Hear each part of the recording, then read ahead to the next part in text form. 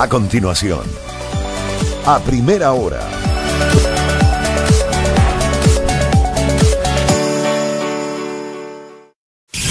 El siguiente programa tiene clasificación A, apta para todo público. Contenido, opinión y informativo. Las opiniones vertidas en este programa son de exclusiva responsabilidad de sus periodistas y entrevistados. Majestad FM respeta la libertad de expresión con responsabilidad. Majestad FM presenta a primera hora un recorrido informativo por los hechos más importantes del Ecuador y el mundo. Majestad FM presenta a primera hora un recorrido informativo por los hechos más importantes del Ecuador y el mundo. Y la opinión fresca, diversa y plural. Al aire, los contertulios Fabricio Vela y Alexis Moncayo. Bienvenidos.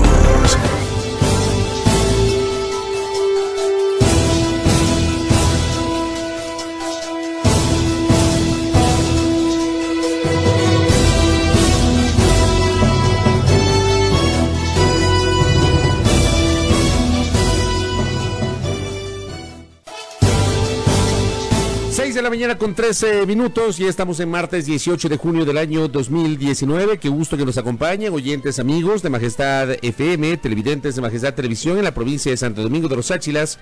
Ya estamos listos para comenzar con las noticias, entrevistas, comentarios de interés correspondientes a la jornada del día de hoy, segundo día laborable de esta semana. Saludos cordiales a quienes ya se unen a nuestra sintonía en señal abierta a través de las frecuencias 89.7 en Pichincha, 88.5 en Manabí, 97.5 en Esmeraldas. Igualmente a través de la señal de Majestad Televisión en la provincia de Santo Domingo de los Áchilas, nos pueden sintonizar en el resto del país y alrededor del mundo a través de www.radiomajestad.com. Igualmente estamos transmitiendo en vivo a través del Facebook por las fanpages de A Primera Hora y de Majestad FM, y como cada mañana, la gentileza de la retransmisión del primer portal de noticias del Ecuador, ecuadorinmediato.com.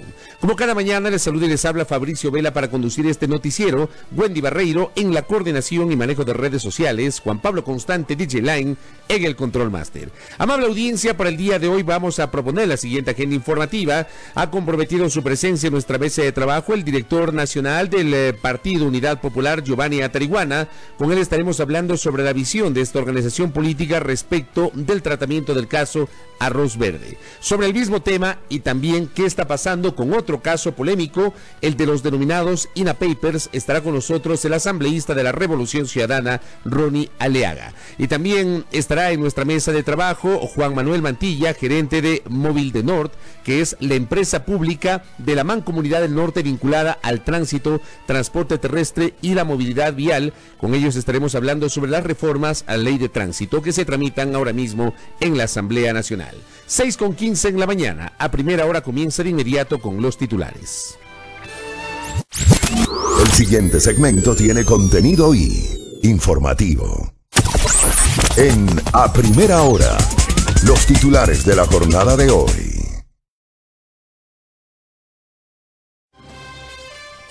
6:15 en la mañana. Atención, persiste la crisis carcelaria. A los 6 días, otra vez corre sangre en la cárcel regional de Guayaquil. La deuda externa del Ecuador se redujo en $50 millones, según el Ministerio de Finanzas. La asambleísta Viviana Bonilla asegura que no sabía el origen del dinero de su campaña para la alcaldía de Guayaquil en 2014. La Contraloría considera ilegal y sin sustento el contrato de asesoría legal internacional firmado por la UAFE en el 2017. La Superintendencia de Información y Comunicación, Supercom, terminará de ser desmontada a finales del próximo mes. Y el gobierno aclara rumores sobre designación de un nuevo gobernador para la provincia de Tungurahua. 6:16 en A Primera Hora.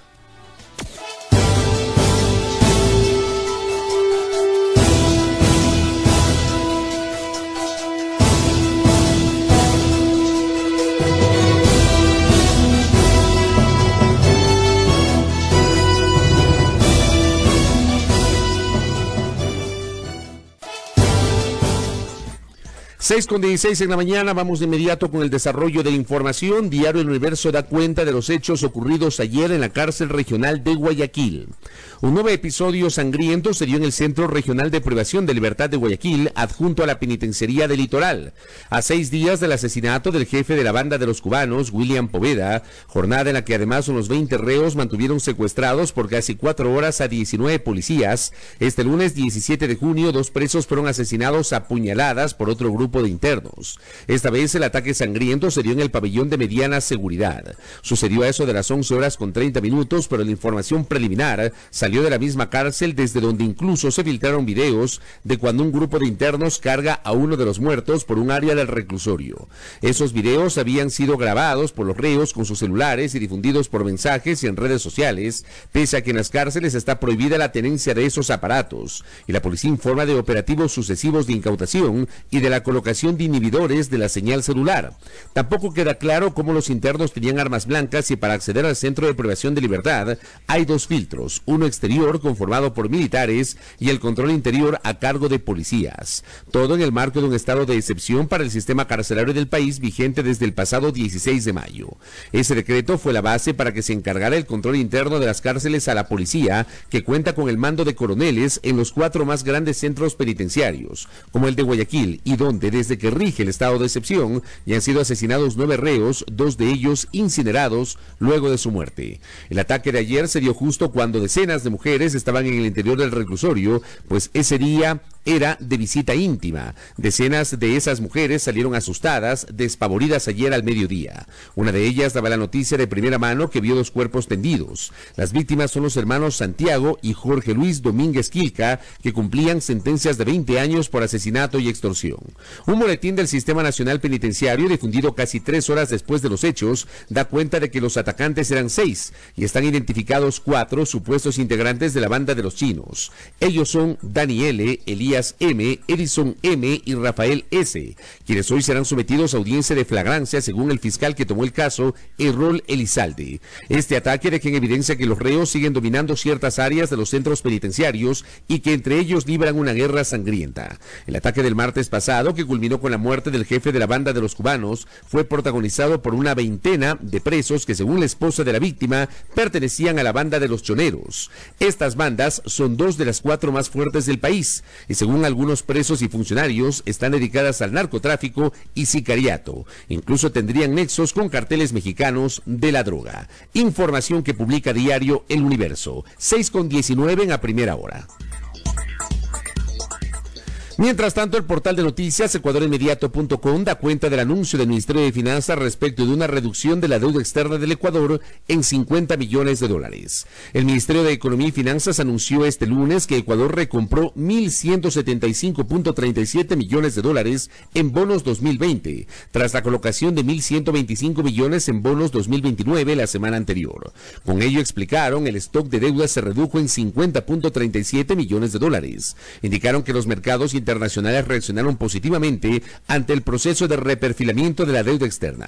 A través de un comunicado, el Ministerio de Economía y Finanzas informó que con este monto se logró recomprar el 78% de los bonos 2020 y refinanciar este tramo de deuda a 10 años, tal como había sido previsto por las autoridades económicas. Además, señalan que la operación permitirá que en marzo del próximo año no sea necesario realizar el pago de $1.500 millones, por lo que la presión sobre la caja fiscal se aliviará y será posible canalizar recursos que se hubiesen dirigido al pago de la deuda hacia el impulso de los proyectos de protección social. En la parte técnica, el gobierno ha indicado que el cupón promedio de los bonos 2029 bajó a 9.85% anual, es decir, 90 puntos básicos, reduciéndose los intereses de este bono en $191 millones, mientras que el costo financiero de la deuda ecuatoriana a 10 años bajó de 10.75 a 9.07% al día de ayer. Información de ecuadorinmediato.com. 6:21 en la primera hora.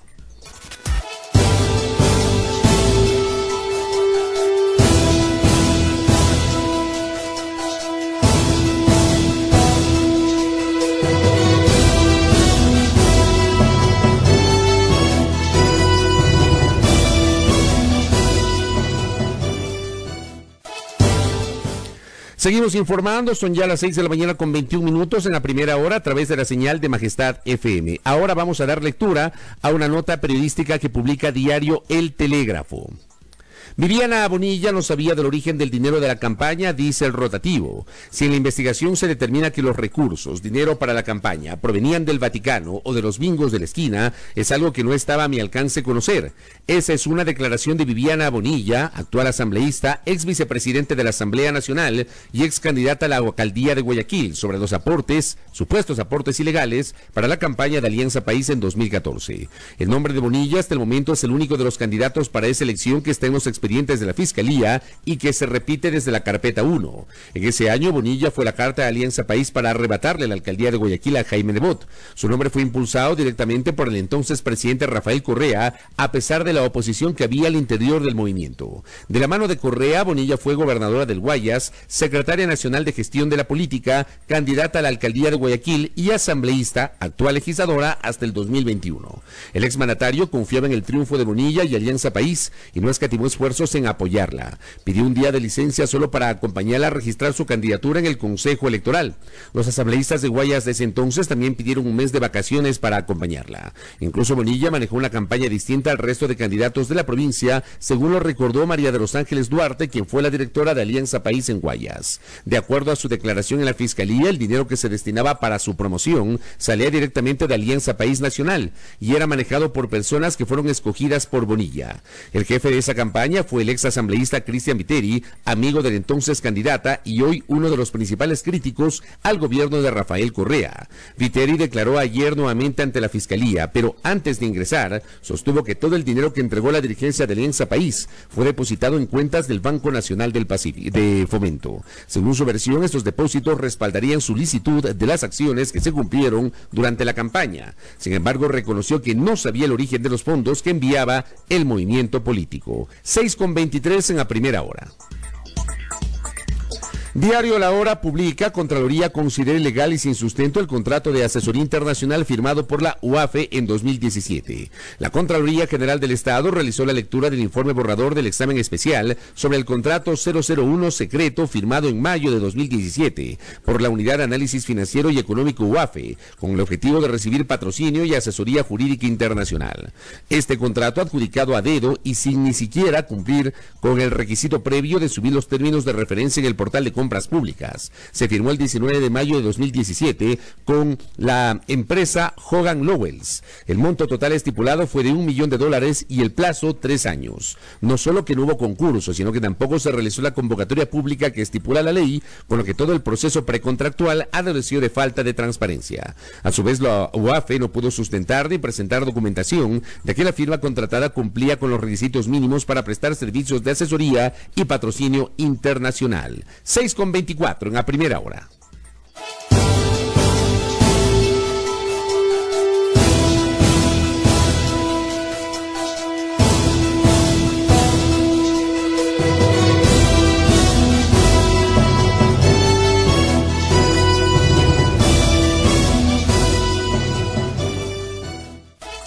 Diario El Comercio da cuenta que la Supercon terminará de ser desmontada a finales de julio del 2019. A finales del próximo mes, la Superintendencia de Información y Comunicación Supercon dejará de existir.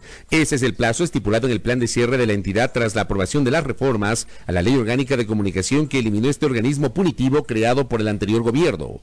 Por el momento, las intendencias de Esmeraldas, Guayaquil y Puerto Viejo ya fueron liquidadas en su totalidad. Aún resta completar este proceso en las intendencias de Riobamba, Cuenca y Loja, así como en la sede matriz de Quito.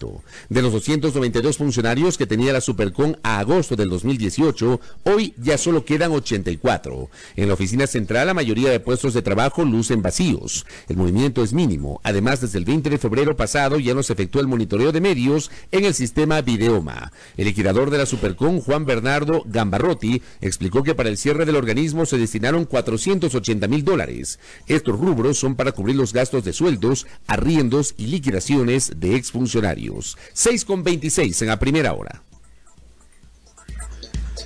Cerramos este bloque de noticias nacionales con una nota que publica Diario Expreso. Gobierno aclara rumores sobre designación de un nuevo gobernador para Tungurahua. El presidente Lenín Moreno rechazó la información falsa difundida en redes sociales sobre la designación de un nuevo gobernador para la provincia de Tungurahua durante la jornada de ayer. En un comunicado difundido por la Secretaría de Comunicación de la Presidencia se indica que el primer mandatario no ha considerado nombrar al nuevo gobernador o gobernadora de la provincia de Tungurahua. Además señalaron que no se han realizado reuniones para nombrar a un nuevo representante del Ejecutivo. La Secretaría de Comunicación aconsejó a la ciudadanía remitirse a fuentes oficiales. En horas de la tarde se había difundido la noticia del supuesto nombramiento de la ex asambleísta Ana Galarza, destituida en febrero de este año como nueva gobernadora de la mencionada provincia. Ante los rumores, el actual gobernador José Antonio Romero sostuvo que no había tenido ninguna notificación formal de parte del gobierno. También mencionó que seguirá en el cargo e invitó a todos a trabajar por el bien de la seguridad en especial. 6:27 en la primera hora a través de Majestad FM.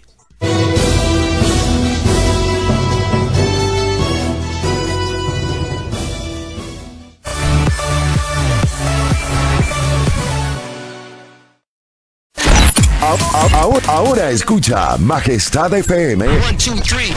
Ahora escucha Majestad FM en el canal 3 de TVNet. Majestad FM. Majestad FM. Con todos sus programas, locutores y DJs, están las 24 horas contigo en el canal 3 de TVNet. Majestad FM. La soberana del aire. Ahora en el canal 3 de TVNet.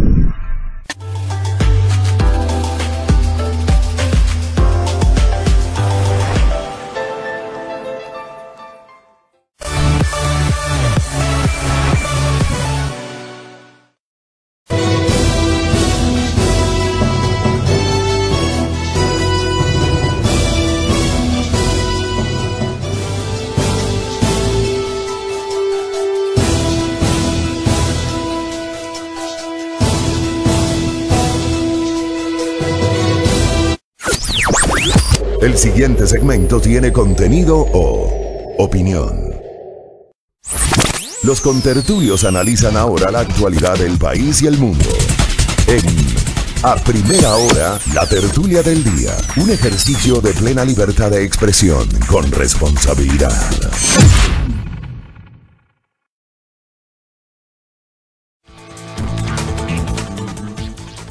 6:29 en la primera hora, gracias por la sintonía, saludos cordiales a quienes ya se suman a nuestra transmisión a través del Facebook Live y también quienes nos escuchan a través de la señal abierta, los contertulios listos para comenzar con la tertulia relacionada con el día de hoy. Contertulio, buenos días. Hola Contertulio, ¿cómo vas? Buenos días con todas y todos. ¿Qué saludos más? A todos, ¿Qué me cuentas? Bueno, ¿cómo llegamos este martes, Contertulio? Creo que hay algunos temas para comentar. Lo que pasó ayer en la cárcel de Guayaquil. ¿Otra vez? Otra vez. ¿Cómo le viste? ¿Qué está pasando ahí? ¿Qué está pasando? Y sabes, a mí, y yo vuelvo a insistirte en lo mismo que te dije la última vez, creo.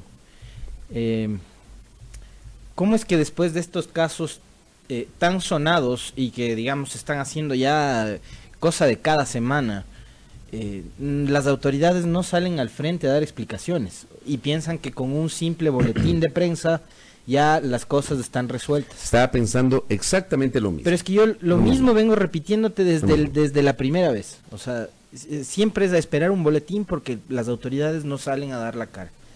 O sea, y creo que para eso están, ¿no? Y no es solo que complazcan a la prensa, porque la prensa lo que está necesitando obviamente son declaraciones, desinformación para poder de esa manera trasladar la información a la ciudadanía. Pero es con la sociedad con quien tienen las autoridades un compromiso y una responsabilidad. De las notas que yo vi ayer en los canales de televisión, las notas se circunscribieron a obviamente relatar los hechos, a difundir esas imágenes que se subieron a redes sociales, que vuelvo a repetir, sí, para algunos podrá no ser importante el tema, hoy sí lo trae a colación Diario El Universo. Y es verdad lo que decía el contertulio la semana anterior, en el sentido de que esas imágenes nos permiten saber lo que está pasando en el interior de los centros carcelarios, pero ya hasta el sol de hoy no me explico cómo tienen celulares en el interior de las cárceles y cómo tienen señales o celulares para poder subir a redes sociales lo que está pasando en interna. Claro, porque se supone que dentro de las cárceles hay inhibidores de señal, que es lo mismo que ocurre en los bancos. Y lo trae a colación, esto que estoy diciendo lo trae a colación hoy Diario El Universo, justamente por eso. Pero bueno, Se suben esas imágenes fueron utilizadas por los canales de televisión para difundir la noticia del día de ayer. Hicieron entrevistas pues a familiares de los privados de libertad que estaban afuera, porque ayer había sido un día de visita conyugal a los centros de privación de libertad y particularmente a y a un fiscal que estuvo allí, que dio declaraciones sobre lo que estaba pasando en la interna, y entiendo que con base en información del fiscal, hoy va a haber una audiencia de flagrancia sobre algunos de los reos que habrían sido los responsables de los 2 asesinatos de ayer. Pero ayer, corríjame si estoy equivocado, yo no vi ninguna declaración de el responsable del sistema de rehabilitación social del país, el general Edmundo Moncayo, respecto de lo que había pasado, igualito de lo que ocurrió hace un par de semanas con los hechos ocurridos en la penitenciaría del Litoral, en donde igualmente se dejó solo la información, el manejo de la información y declaraciones por parte del entonces o hasta ese momento director de la penitenciaría del Litoral, que luego en horas de la noche fue destituido por estos hechos, declaraciones además que fueron muy desatinadas, totalmente fuera de lugar, las del entonces director de la penitenciaría del Litoral, que en la noche fue destituido por parte del gobierno. No habló él hasta ese momento el responsable del sistema penitenciario, el doctor Ernesto Pazmiño, que 2 días después anunció su renuncia al cargo, y obviamente el gobierno la designación del general Edmundo Moncayo. Entonces, esa falta de información es la que provoca especulación y que el común de los ciudadanos a través de los medios no reciba mayores detalles sobre lo que está ocurriendo a la interna de los centros de privación de libertad. Eso es lo que está pasando. Claro, y solo tenemos un boletín que es emitido precisamente por la institución que lidera el general Moncayo, que es el Servicio Nacional de Atención Integral a Personas Adultas Privadas de Libertad, en donde dice se investiga el deceso de 2 personas privadas de libertad del Centro de Rehabilitación Social Guayas, ocurrido aproximadamente a las 11:30 de este lunes 17 de junio, tras una riña entre internos del pabellón de mediana seguridad. Según los primeros indicios, se trató de un altercado entre 6 privados de libertad. Producto de ello, los internos Santiago D. y Jorge D. fueron atacados. Ellos serían hermanos, con armas de fabricación artesanal cortopunzante. Los hoy occisos eran hermanos y estaban cumpliendo una sentencia de 20 años por asesinato, extorsión e ingreso de artículos prohibidos. Tras el incidente, 4 privados de libertad fueron puestos a órdenes de las autoridades competentes para las respectivas investigaciones.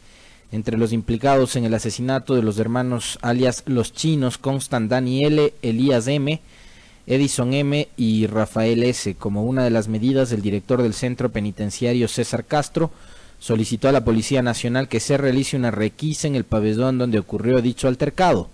Las autoridades del Servicio Nacional de Atención Integral a Personas Adultas Privadas de la Libertad y adolescentes infractores brindarán todas las facilidades para que se investigue y sancione este hecho. Eso lo que consta en el documento que fue emitido el día de ayer por la institución que está a cargo del control y manejo de las cárceles con tertulio. Son eventos que están ocurriendo semanalmente y yo te pregunto, ¿serán fortuitos? ¿Será solamente que se circunscribe a esta llamada guerra entre bandas delincuenciales que tienen gente fuera y dentro de las cárceles? Porque además esto no solo es que está pasando en las cárceles, sino que estas mismas bandas se están matando y están ajustándose cuentas fuera de las cárceles.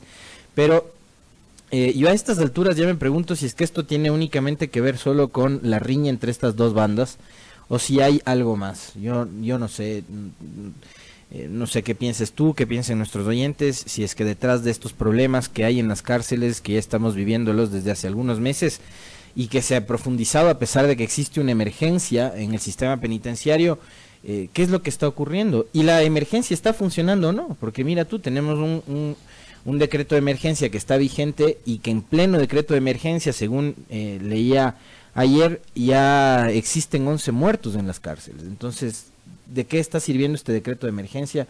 Creo yo es otra pregunta que bien vale que las autoridades puedan responder en su momento, ¿no? Sí, de acuerdo. A ver, lo que queda claro, más allá de estas interrogantes que planteamos públicamente, es que la situación del sistema penitenciario se le fue de las manos al gobierno. Es decir, el estado de emergencia no ha sido lo suficientemente eficiente, no fue la solución, no es la solución si es que no se apoya con otras medidas complementarias. Y yo insisto, yo sí creo que necesitamos como sociedad, no solamente los periodistas, si tú bien lo anotaste, no es para satisfacer a los periodistas, sino que la sociedad merece la información por parte del Estado. A mí me parece que hace falta mayor información sobre lo que está ocurriendo al interior del sistema penitenciario. Porque te planteo esa inquietud y ese detalle dentro del análisis. ¿Por qué, Contertulio? Porque yo no tengo dudas de que hay personas, que hay gente que se pregunta, pero si a estos privados de libertad, que están vigilados supuestamente, que están controlados, que están dentro de un centro de rehabilitación social, las autoridades no pueden controlarlos, no pueden vigilarlos, a ellos mismos no les pueden brindar seguridad. ¿Qué es lo que pasa con la gente en las calles? Claro. O sea, yo no sé si ustedes se han planteado esa inquietud, pero creo yo que es una de las que saltan cuando vemos estos hechos, ¿no? O sea, la misma policía, las mismas autoridades, el mismo Estado es el que controla las cárceles y es el que controla la seguridad afuera de las cárceles, es decir, en las calles, en las ciudades, en las plazas, en los lugares públicos. Entonces, si no puedes controlar a quienes se supone que están vigilados en un panóptico, no se diga controlar afuera de estos centros de rehabilitación, ¿no? O sea, ¿qué seguridad, qué garantías podemos tener quienes estamos de afuera a merced de estos delincuentes? No, por eso es que ahora por robarte un celular te matan. Sí, de acuerdo. Lo de las cárceles es un tema no menor que debe generar la preocupación por parte de nosotros como sociedad, y los medios no debemos dejar de lado informar y dar seguimiento a lo que está pasando en el sistema de rehabilitación social de nuestro país. Esperamos que el día de hoy, debió ser ayer, pero esperamos que el día de hoy haya un pronunciamiento mucho más profundo, mucho más concreto. Miren ustedes cómo la semana anterior hubo un anuncio que me parece fue un anuncio totalmente epidérmico por parte del Ejecutivo a través de esta reunión del Gabinete de Seguridad en Guayaquil, liderado por el propio presidente de la República. Y digo totalmente epidérmico porque esos 3 anuncios generados por el presidente de la República no solucionan o no contribuyen a solucionar la situación de fondo. O sea, se plantean cosas absolutamente lógicas, como por ejemplo separar a los privados de libertad con base en las razones por las cuales están detenidos. O sea, tú no puedes mezclar a una persona que está acusada del robo de un celular con alguien que está acusado de crimen organizado, de asesinato. O sea, no puedes mezclar a estas personas, tienes que separarlas. No puedes unir a un microtraficante o una persona que ha sido detenida como mula, pongo este ejemplo, con un narcotraficante vinculado al crimen organizado. O sea, es algo absolutamente lógico. Entonces, ese anuncio a mí me parece que, siendo importante, lo que te está diciendo es, hay que hacer algo totalmente lógico. Después, claro, viene este anuncio respecto de pedir o de exhortar a la función judicial a que no entorpezca los procesos asociados al sistema de rehabilitación social. Un anuncio que yo no lo entendí, no me quedó claro lo que quiso decir el señor presidente de la República respecto de este tema. Y el tercero, el de los escáneres, que también es una cosa absolutamente lógica, y yo no sé si a esta hora ya han sido implementados. Por ejemplo, lo que alguna vez nos dijo acá en esta mesa de trabajo Ricardo Camacho respecto del escáner tipo arco, para poder revisar el ingreso de la comida, porque se supone o se cree, se presume que es en el ingreso de la comida en donde se camuflan las armas, porque no hay otra manera, yo al menos no tengo otra lectura, no hay otra forma a través de la cual se puedan ingresar celulares, drogas, armas blancas y armas de fuego a los centros de privación de libertad.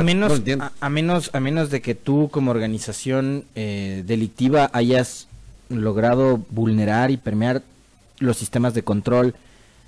Y yo no descartaría, Contertulio, porque casos hay, ¿no? O sea, tienes ahora mismo a un oficial de policía y a oficiales del ejército involucrados en temas de narcotráfico. Yo no descartaría que existan guías penitenciarios e incluso gente de la misma fuerza pública que actúe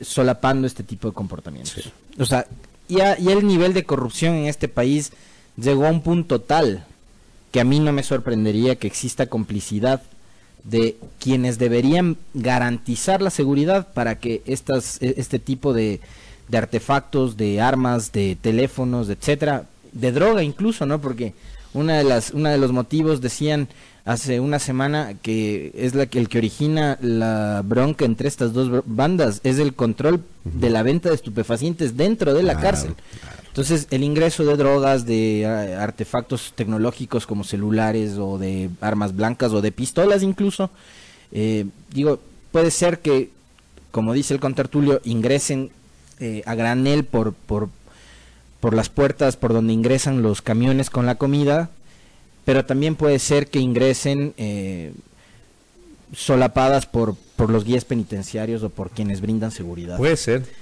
Es que ya la corrupción en este país, contertulio, ha permeado absolutamente todos los ámbitos. Es un horror lo que está pasando. Entonces acá yo no descartaría que eso también pueda suceder. Claro que entre los guías penitenciarios y gente que maneja las cárceles debe haber personas honestas, debe haber personas honorables, debe haber personas que cumplen con su labor, pero como también, todo en la vida, como ¿no? En todo en la vida, debe haber de los otros. Sí, como todo en la vida, como todo en la vida. Realmente es lamentable. Aquí recibo un mensaje, gracias por el aporte desde Guayaquil. Creo sinceramente que se declaró de estado de excepción en el sistema de rehabilitación social sin una verdadera planificación sobre lo que se requería hacer. Frentes en los que hay que trabajar, seguridad, hacinamiento, mejores condiciones de vida en estas cárceles. Hace 2 semanas se anunció un concurso para contratar 500 guías penitenciarios y hasta ahora nada se sabe sobre el tema. Cierto, mira, a propósito de quedar en los anuncios. Mira, a propósito de lo que nos dice Denise Costales, que también coincide con los comentarios nuestros, recordar que había este personaje, Oscar Caranqui. Claro. Que se iba de farra con los propios guías penitenciarios. Acusado de narcotráfico, ¿ah? Exactamente, procesado por narcotráfico, y el hombre salía del penal García Moreno a farrear con los guías penitenciarios. Pues. O sea, esas cosas han pasado, entonces no es tampoco una locura lo que uno puede presumir de que exista colaboración o algún tipo de actividad en la que estén relacionados los propios guías y que sean ellos los que permitan el ingreso de este tipo de cosas, ¿no? Y tú mencionas hechos comprobados. Claro, lo de Caranqui, recuerdas tú, fue un escándalo. Un escándalo donde además estaban no solo involucrados guías penitenciarios, sino también policías. Sí, hecho comprobado. Sí, es que, a ver, vos que tienes mejor memoria que yo, el cura Flores no hacía lo mismo. Claro. El cura Flores hacía también lo mismo que Caranqui, se iba de farra con los guías. Cura Flores, que fue detenido en Estados Unidos y deportado, estuvo unas semanas en un centro de deportados en Estados Unidos hasta que fue enviado al Ecuador. ¿Qué será de la vida del cura Flores? No todos se acuerdan de él. Bueno, pasemos de tema. Expectantes hoy de, ojalá que se den anuncios y explicaciones sobre lo que está ocurriendo en el sistema penitenciario. A ver, el gobierno ayer, anoche, yo a veces no entiendo, no sé cómo le valoras tú. Creo que tardaron mucho en aclarar. Yo discrepo con el titular de Expreso. Expreso publicó, gobierno aclara rumores sobre designación de un nuevo gobernador para Tungurahua. A ver, lo que hizo ayer el gobierno es desmentir que haya pensado en designar una nueva persona para ocupar la gobernación de Tungurahua, de mi provincia. Ayer Diario La Hora publicó que el gobierno habría considerado el nombre de la ex asambleísta Ana Galarza para ocupar la gobernación de Tungurahua.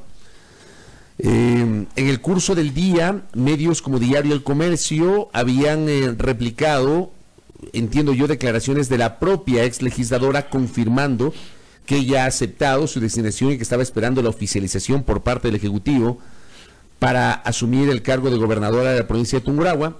Finalmente, en la noche, el gobierno emite un comunicado, luego de que todo el día, el tema fue materia de comentarios en las redes. De chismes en redes. Sí, incluso a nivel de tendencia en redes, con criterios a favor y en contra de esa supuesta designación. En horas de la noche el gobierno emite un comunicado que no sé si debía ser difundido ayer, no sé si hubo una imprecisión en la fecha, pero el comunicado dice 18 de junio y ayer fue 17. Dice, la Secretaría General de Comunicación de la Presidencia informa que el primer mandatario no ha considerado nombrar al nuevo gobernador o gobernadora de la provincia de Tungurahua. Ante ciertas noticias que han circulado en medios de comunicación y redes sociales, el gobierno nacional aclara que no se han propiciado reuniones o acuerdos para nombrar una nueva representante del Ejecutivo en la provincia mencionada, por lo que se pide a la ciudadanía remitirse a fuentes oficiales. Esa es la información oficial.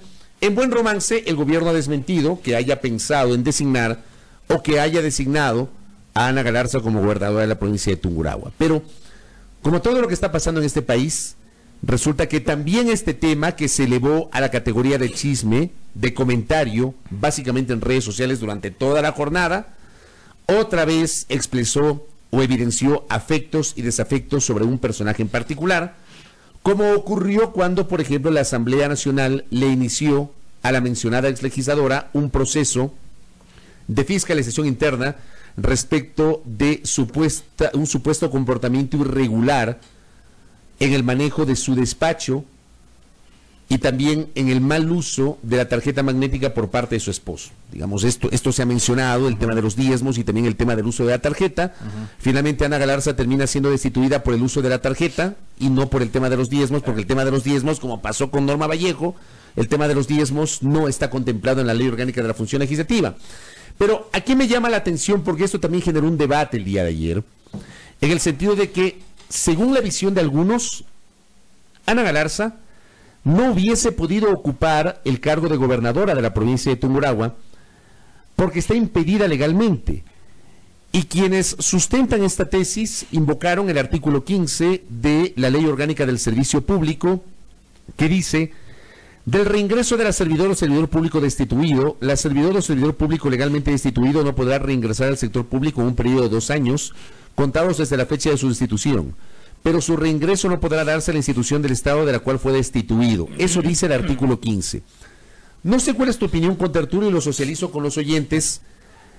A mí me parece que este artículo no aplica a legisladores y no aplica por una razón. Pues, corrígeme si estoy equivocado y lo pongo para el debate público. No aplica porque el legislador no termina siendo un funcionario per se, sino un dignatario de elección popular, y porque la Ley Orgánica de la Función Legislativa, revisándola, no establece una sanción asociada a este texto que acabo de leer del artículo 15 de la Ley Orgánica del Servicio Público. En la parte, por ejemplo, de las prohibiciones y las sanciones, dice en el caso de las sanciones, para el trámite de las sanciones, artículo 164, esta fue la norma que se aplicó para la destitución de Ana Galarza, de Sofía Espín y de Norma Vallejo en la Asamblea Nacional. Para la investigación de los actos señalados en esta ley, y ahí está pues la lista de los actos, será necesario que el asambleísta presente una denuncia juramentada, suscrita por uno o más legisladores, debidamente motivada, dirigida al presidente o presidenta de la Asamblea Nacional, que la pondrá en conocimiento del CAL. La solicitud será calificada por el CAL en el plazo máximo de 5 días desde la fecha de presentación, en el caso de estimarse, bla, bla, bla. Para dar curso a la solicitud de investigación, el Pleno conformará para cada caso una comisión multipartidista, con un máximo de 3 asambleístas que deberá emitir un informe al Pleno en el plazo de hasta 10 días. En ningún caso esta comisión multipartidista presentará un informe sin que él o la asambleísta hayan ejercido su derecho a la defensa durante la investigación, salvo que él o la asambleísta no se presente en el plazo de 3 días. El asambleísta o la asambleísta investigada será escuchado también por el Pleno, luego de conocido el informe de la comisión multipartidista y antes de que se tome votación. No se admitirá ninguna prueba que vulnere derechos fundamentales o que haya sido obtenida mediante mecanismos ilegales. Pare de contar. No dice nada más la Ley Orgánica de la Función Legislativa. Más abajo dice de las sanciones: amonestación escrita, multas hasta 20%, suspensión temporal. No dice nada más. La Ley Orgánica de la Función Legislativa, que además en este tema, y lo evidenciamos con tertulio cuando se habló sobre la situación de Sofía Espín y sobre Norma Vallejo, para lo cual inicialmente hubo una resolución del Pleno de la Asamblea porque la ley no establece la cantidad de votos que necesitas, claro. Y tú recordarás el vergonzoso episodio a través del cual la Asamblea decidió en una primera instancia. Fernando Flores presentó una resolución en la que decía que se debería con mayoría con mayoría calificada, es decir, 91, 92 votos, que ahí también hay una discusión de si divides a un asambleísta en dos. Para mí creo que son 92. Para mí son 91. Para mí 92 porque no puedes fraccionar ese punto 3 a un legislador. Pues un legislador es un legislador. Pero aritméticamente, ahí voy a la matemática, aritméticamente, si fuese 91.6, debería ser 92. Como es 91.3, se queda en 91. Pero es que ese punto 3, o sea, al asambleísta 0.3 no le puedes dividir en dos. Yo consulté este tema. Y es igual, o sea, mayoría absoluta para mí son 70, no 69. Para mí son 69. 70 y 92. Ahí hay una discusión de carácter matemático. Ahí discrepamos. Para mí son 69. El tema es que para destituir a los ministros de Estado necesitas, que son puestos a dedo además, necesitas 92. para inmolarse los asambleístas resolvieron que solo con 70 era suficiente para destituirse, ¿no? O sea, así de fanáticos fueron en ese momento estos legisladores, que lo que querían era bajarse a como dé lugar a Sofía Espín y a Norma Vallejo, ¿no? Entonces se pusieron por debajo del nivel de un ministro de Estado, que es puesto a dedo. Los señores que son elegidos por votación popular. Así de brillantes fueron en ese momento. Sí. Entonces ahí tienes tú, además, ese vacío. En el caso de los ministros y de los funcionarios públicos, digamos, como consecuencia de la censura política, tienes esta inhabilidad de 2 años para ejercer cargo público. En el caso de los legisladores, la ley orgánica no te señala absolutamente Por eso te nada. digo, o sea, y es una visión, insisto, seguramente habrá gente que va a discrepar con esta visión que estoy señalando, porque tú no puedes ubicar al legislador en el mismo andarivel del resto de funcionarios. O sea, un legislador no es un funcionario común y corriente del Estado, no lo es. Un legislador termina siendo un dignatario de elección popular, igual que el presidente de la República, igual que un prefecto, igual que un alcalde, igual que un concejal, igual que un miembro de junta parroquial. Terminan siendo dignatarios de elección popular, y me parece a mí que allí la ley orgánica de la función legislativa para este caso no es precisa, tiene un vacío, no establece una prohibición. Igualmente recordar a la audiencia que, por ejemplo, cuando se destituye un ministro de Estado, porque aquí se cree que la destitución o la censura de la Asamblea por parte de un ministro de Estado o exministro de Estado automáticamente inhabilita a esa persona para ocupar un cargo público. Falso. En la Constitución del año 98, la Constitución de Sangolquí, sí se establecía la prohibición para ocupar durante un tiempo cargo público para el ministro o autoridad censurada y destituida por parte del Congreso Nacional. La Constitución de Montecristi del año 2008 no establece prohibición alguna. Es decir, si mañana pasado un funcionario, un ministro de Estado, una autoridad censurada y destituida por la Asamblea, no tiene impedimento para volver a ocupar un cargo público. O sea, son cosas que probablemente no están en conocimiento del común de los ciudadanos, que nosotros las compartimos, pero para este caso de los legisladores no está claro, desde mi punto de vista, y está sujeto a una interpretación jurídica. Yo insisto, mi interpretación es que en teoría ese artículo 15 de la Ley Orgánica del Servicio Público no se aplicaría a un dignatario de elección popular. En teoría, seguramente habrá juristas que conocen más que yo de estas materias que discreparán con esta visión. Pero más allá de eso, dejemos de lado con Tertulio la parte jurídica formal y vamos a la parte política. ¿Convenía, por ejemplo, que Ana Galarza sea gobernadora del provincia de Tungurahua? Yo ahí sí no sé, porque si digo algo van a decir que es porque me la tengo montada en contra de Galarza. La señora dijo hasta que yo recibí plata. Y no me invitaste ni a comer, ni a comer. Que he recibido plata, según ella, durante el proceso que le siguieron en la asamblea. No sé, pues, o sea, eso ya queda a criterio del Ejecutivo, ¿no? Él sabrá a quién elige para estar al frente de su representación a nivel provincial en Tungurahua. Si me preguntas a mí, a ver, yo ayer conversé con alguien que es muy cercano a Ana Galarza. De hecho, es parte de su equipo de abogados. Esa persona me confirmó que era verdad el ofrecimiento, que había un acercamiento entre el gobierno y la señora Galarza. Correcto. Que de hecho, a la hora en la que yo consulté, la decisión estaba en manos de Galarza.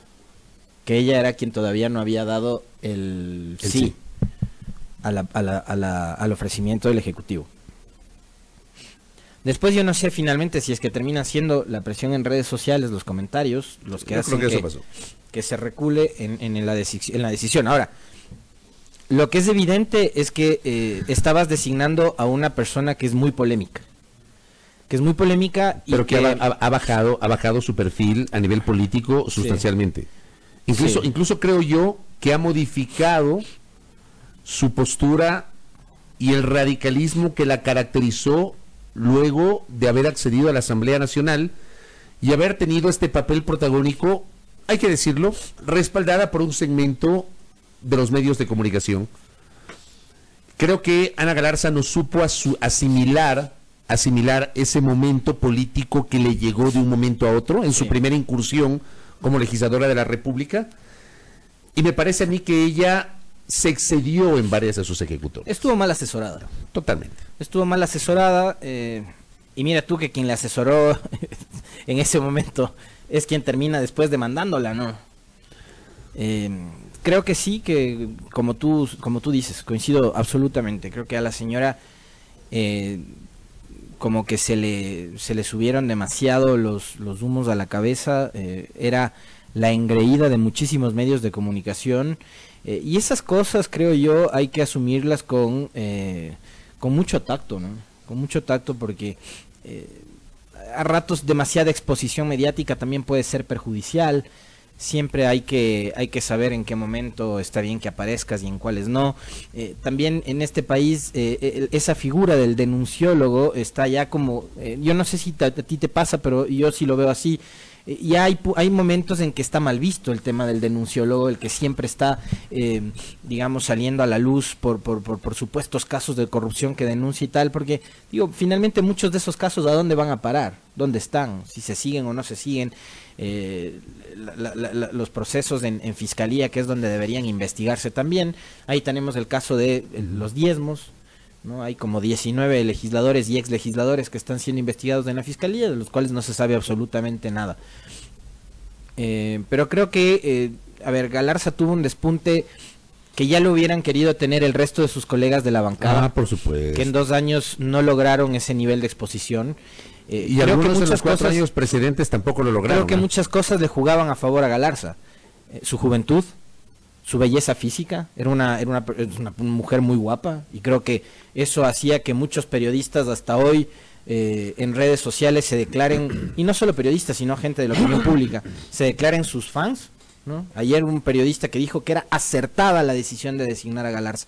Yo no sé si sea tan acertado al final del día. Puede ser Galarza o puede ser cualquiera de las otras que fueron destituidas. Yo no sé si sea acertado nombrar en un cargo público a una persona, insisto, esto no tiene que ver con que sea Galarza, puede haber sido cualquier otra, puede haber sido una persona de apellido López, Pérez, Domínguez, Donoso, Moncayo, Vela o lo que sea. Esto no tiene que ver con la persona, tiene que ver con el hecho. Pero yo no sé qué tan conveniente hubiese sido para el Ejecutivo poner a su representante en la gobernación de Tungurahua como su representante a una persona que fue destituida por una serie de escándalos en la Asamblea Nacional. O sea, pero esto no tiene que ver con Galarza, o sea, esto no tiene que ver con que haya sido ella. Tiene que ver con el hecho, insisto. Tiene que ver con el hecho. Porque habrá gente que diga, es que la tiene montada contra Galarza. No. Es con el hecho. Finalmente es una legisladora que tuvo un papel, digamos que medio interesante durante el primer tramo de la legislatura, que después, insisto, creo que se le fue subiendo demasiado la mostaza, producto de haber estado mal asesorada. El asesor, de hecho, fue el que le denunció después, ¿no? Con una carga totalmente desatinada, de mala onda, de mala vibra, que se notaba en sus redes sociales, que en ese momento quizás era lo apropiado, ¿no? Porque el anticorreísmo también tenía a Galarza como una de sus abanderadas más importantes. Pero mira tú, por ejemplo, qué distinta hoy en día, la actitud de 2 legisladoras más que también llegaron, digamos, con una actitud similar, pero hoy la actitud de esas legisladoras es distinta. Janine Cruz y Lourdes Cuesta. Y yo creo que el episodio de Ana Galarza a estas 2 legisladoras también les sacudió. O sea, también esa actitud, me parece a mí, pasada de decibeles, no te iba a conducir a nada malo, a nada bueno. O sea, y de hecho, en el periodo anterior, y aunque les correspondía y era su derecho, esa misma actitud a Diego Salgado le impidió estar en el CAL, ¿o me equivoco? Sí, claro. Entonces, por eso no votaron por Diego Salgado. Claro. Entonces también creo yo que se trataba un tema de madurez. Y sí, siendo su primer periodo como legisladora, me da la impresión de que la legisladora Galarza no lo supo aprovechar como debía. Insisto, por un tema de mal asesoramiento. Sí, yo estoy de acuerdo contigo, totalmente de acuerdo contigo.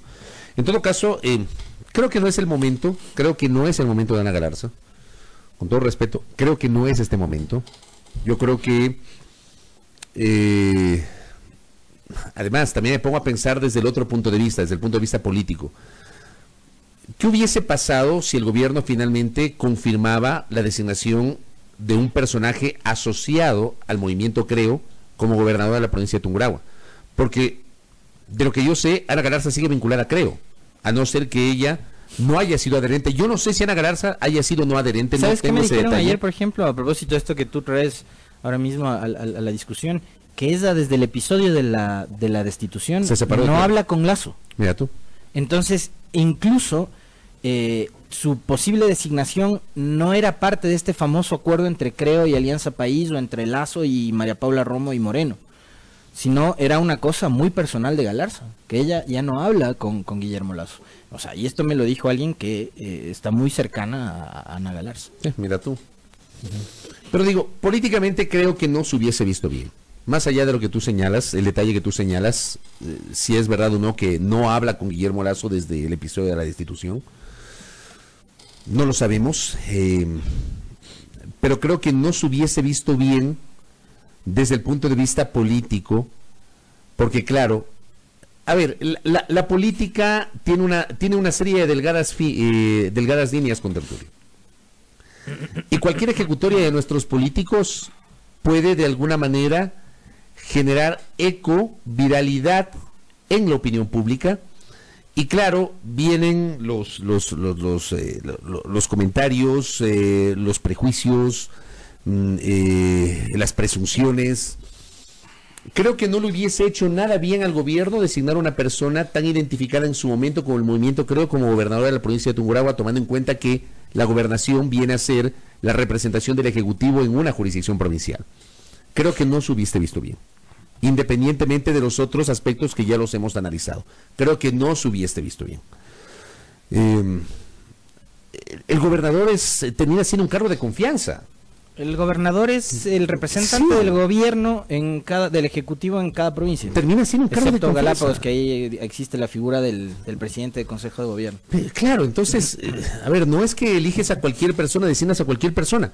La gobernación es un cargo de confianza, es un representante del Ejecutivo en una provincia. Entonces, ese tipo de cosas también invitan a reflexionar, a analizar, a pensar sobre si hubiese convenido o no. Me imagino yo que el gobierno, durante todo el día, con lo que tú estás señalando, querría decir entonces que sí hubo la intención de ofrecerle ese cargo a Ana Galarza. Alguna gente lo publicó y lo dio por sentado, que Ana Galarza incluso lo había aceptado. Creo que el gobierno midió la reacción fundamentalmente en las redes. Yo ayer, yo soy ambateño, yo ayer tomé contacto con algunas personas de Ambato, con familiares y amigos, para medir un poquito las reacciones. Y claro, tú tenías reacciones a favor y en contra. A mí me parece que el gobierno terminó midiendo y sopesando las reacciones a favor y en contra, y terminó quedándose, de ser cierto lo que tú señalas, terminó quedándose con las reacciones en contra, que me parece a mí, si hacemos una valoración en frío y de modo netamente cuantitativo, creo yo que fueron más las reacciones en contra que a favor de la designación de Ana Galarza. Y al final del día decidieron echarse para atrás si efectivamente es como se ha mencionado. Así que, por acá me dicen, me dice una colega que la semana anterior le vio a la asambleísta Galarza en la presidencia. Mira tú. Estuvo en Carondelet, sí. Ella ya se había reunido con Moreno. Por eso te decía que esto era una cosa muy de Moreno. Gracias, doctora.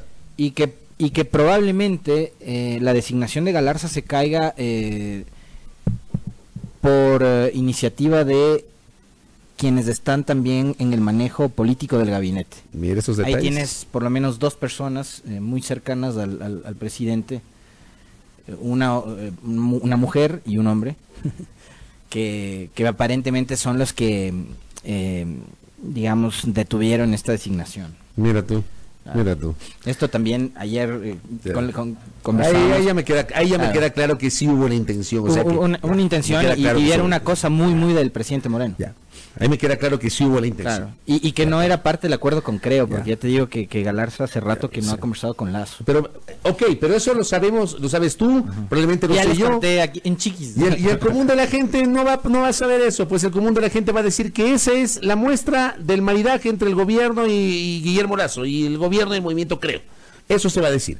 Vamos a la pausa, 7:04. Al retornar ya estaremos iniciando con las entrevistas de la mañana. En primera instancia estará con nosotros Giovanni Atariguana. Volvemos en segundos.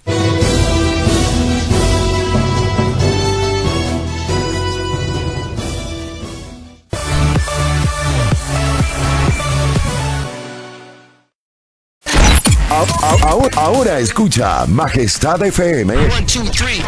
Ahora escucha Majestad FM en el canal 3 de TVNet. Majestad FM. Majestad FM. Con todos sus programas, locutores y DJs, están las 24 horas contigo en el canal 3 de TVNet. Majestad FM, la soberana del aire. Ahora en el canal 3 de TVNet.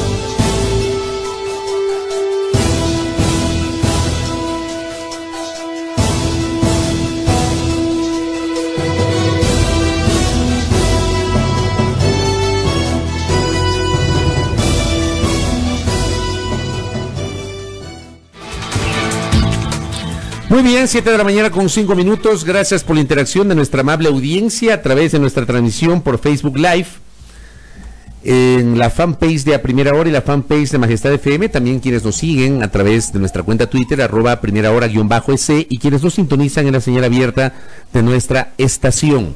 Suscribiendo o discrepando es absolutamente legítimo con nuestros comentarios, que es apenas una opinión de estos humildes contertulios que cada mañana estamos aquí en este espacio.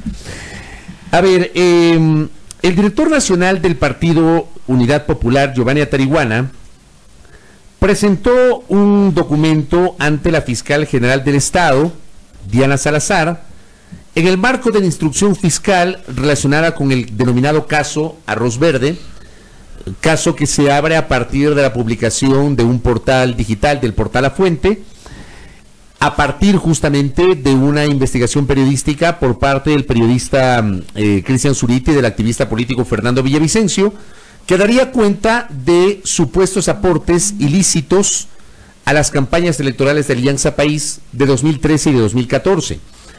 Sobre esto, Giovanni Atariguana ha solicitado formalmente a la Fiscalía que también se vincule al expresidente Rafael Correa. Vamos a sustentar ese detalle con nuestro invitado Giovanni Atariguana, director nacional de Unidad Popular, que ya visita nuestra mesa de trabajo. Giovanni, bienvenido, buenos días. Muy buenos días, Fabricio, buenos días, Alexis, un saludo a toda la audiencia. Bueno, Unidad Popular fue efectivamente donde la fiscal Diana Salazar, porque estamos convencidos, no solamente por el reportaje de La Fuente, de Villavicencio y Zurita, sino también por la propia labor de la Fiscalía respecto a la delación que ha empezado Pamela Martínez, los famosos cuadernos, la comprobación que existe de nuevos testigos, de que aquí hay una concurrencia de delitos. Y por eso pedimos que la fiscal, actuando sin favor pero también sin temor, formule cargos por delincuencia organizada. El artículo 369 del Código Integral Penal. ¿En contra de quién nomás?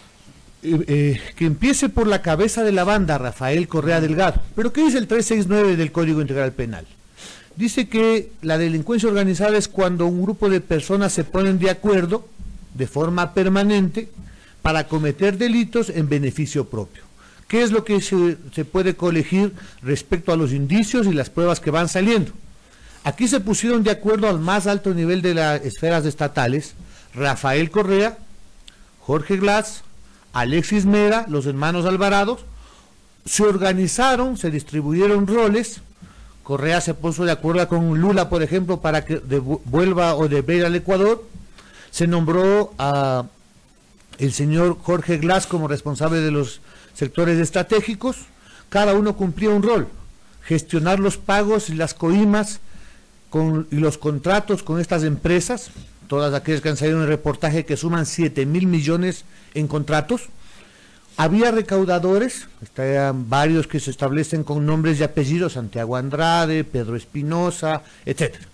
Y había una contadora. En un momento, dado la sospecha que tenía Rafael Correa, por versión de la propia Pamela Martínez, de que el señor Patiño se le llevaba la plata, Pamela Martínez, entonces asesora personal en la presidencia de la República, Rafael Correa, se encargaba de las cuentas. Es decir, había una conjunción de voluntades, una organización donde había un jefe, una jerarquía, unos roles, de manera permanente, por supuesto, durante 10 años, donde efectivamente se entregaron contratos multimillonarios, se permitieron los sobreprecios, se utilizó toda la institucionalidad del Estado, Contraloría General, Procuraduría, Fiscalía y hasta el propio Consejo Nacional Electoral para tapar toda esta red de corrupción. Ahora, por Giovanni, tanto, ahí hay el delito de delincuencia organizada. Yo creo que, y como el que más, y como la mayoría, por no decir todos los ecuatorianos, que se investigue hasta el más mínimo resquicio de corrupción o de indicio de corrupción que existe en el Ecuador.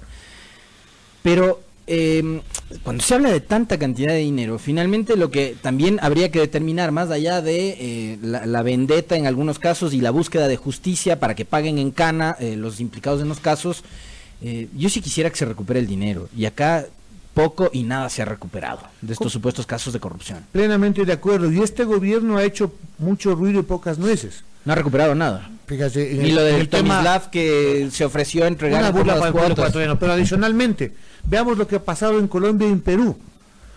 En noviembre del año pasado, Colombia en un solo contrato recuperó 250 millones a Odebrecht. En febrero, Perú recuperó en un solo contrato de Odebrecht 280 millones de dólares. Hoy se dice que ayer ya se declaró en quiebra Odebrecht. Porque la pregunta es, sí, tenemos que buscar dónde están los dineros de las coimas, seguramente en paraísos fiscales, testaferros de los funcionarios del Correato. Pero tan importante como aquello es pedir cuentas a las grandes empresas que se hicieron de los jugosos contratos, que en varios de los casos nos cobraron millonarios sobreprecios.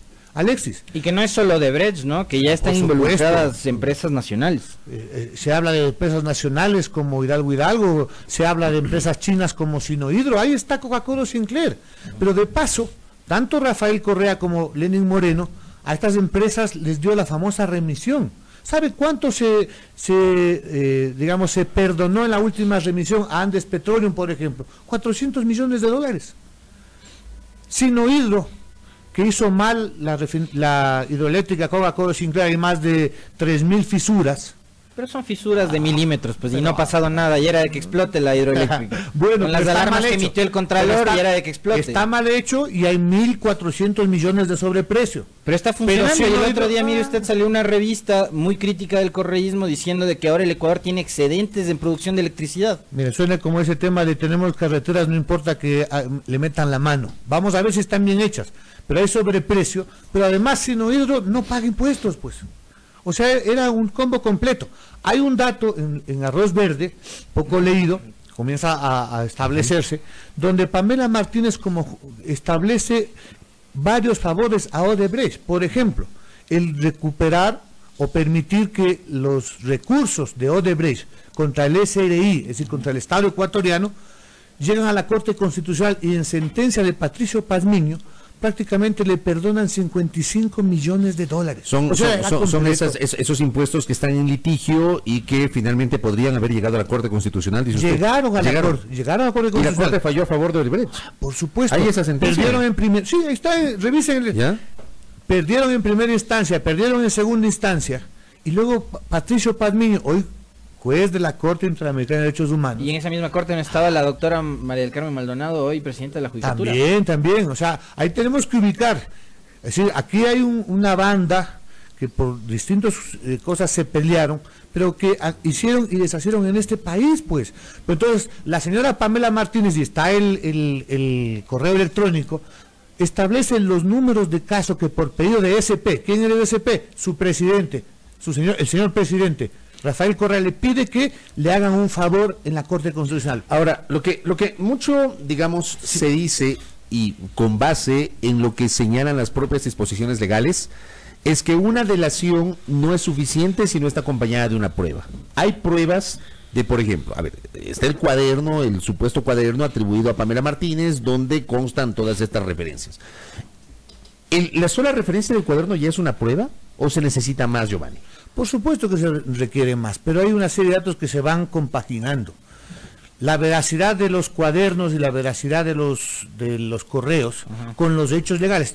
pongamos este caso del que hablamos. La gestión que hace el presidente Correa respecto a los casos en litigio con el SDI de Odebrecht. Numerados los casos. Y se llega a establecer que el señor Patricio Pazmiño, de connotada cercanía a Rafael Correa, luego falla, pues. Ahí está, se van comprobando.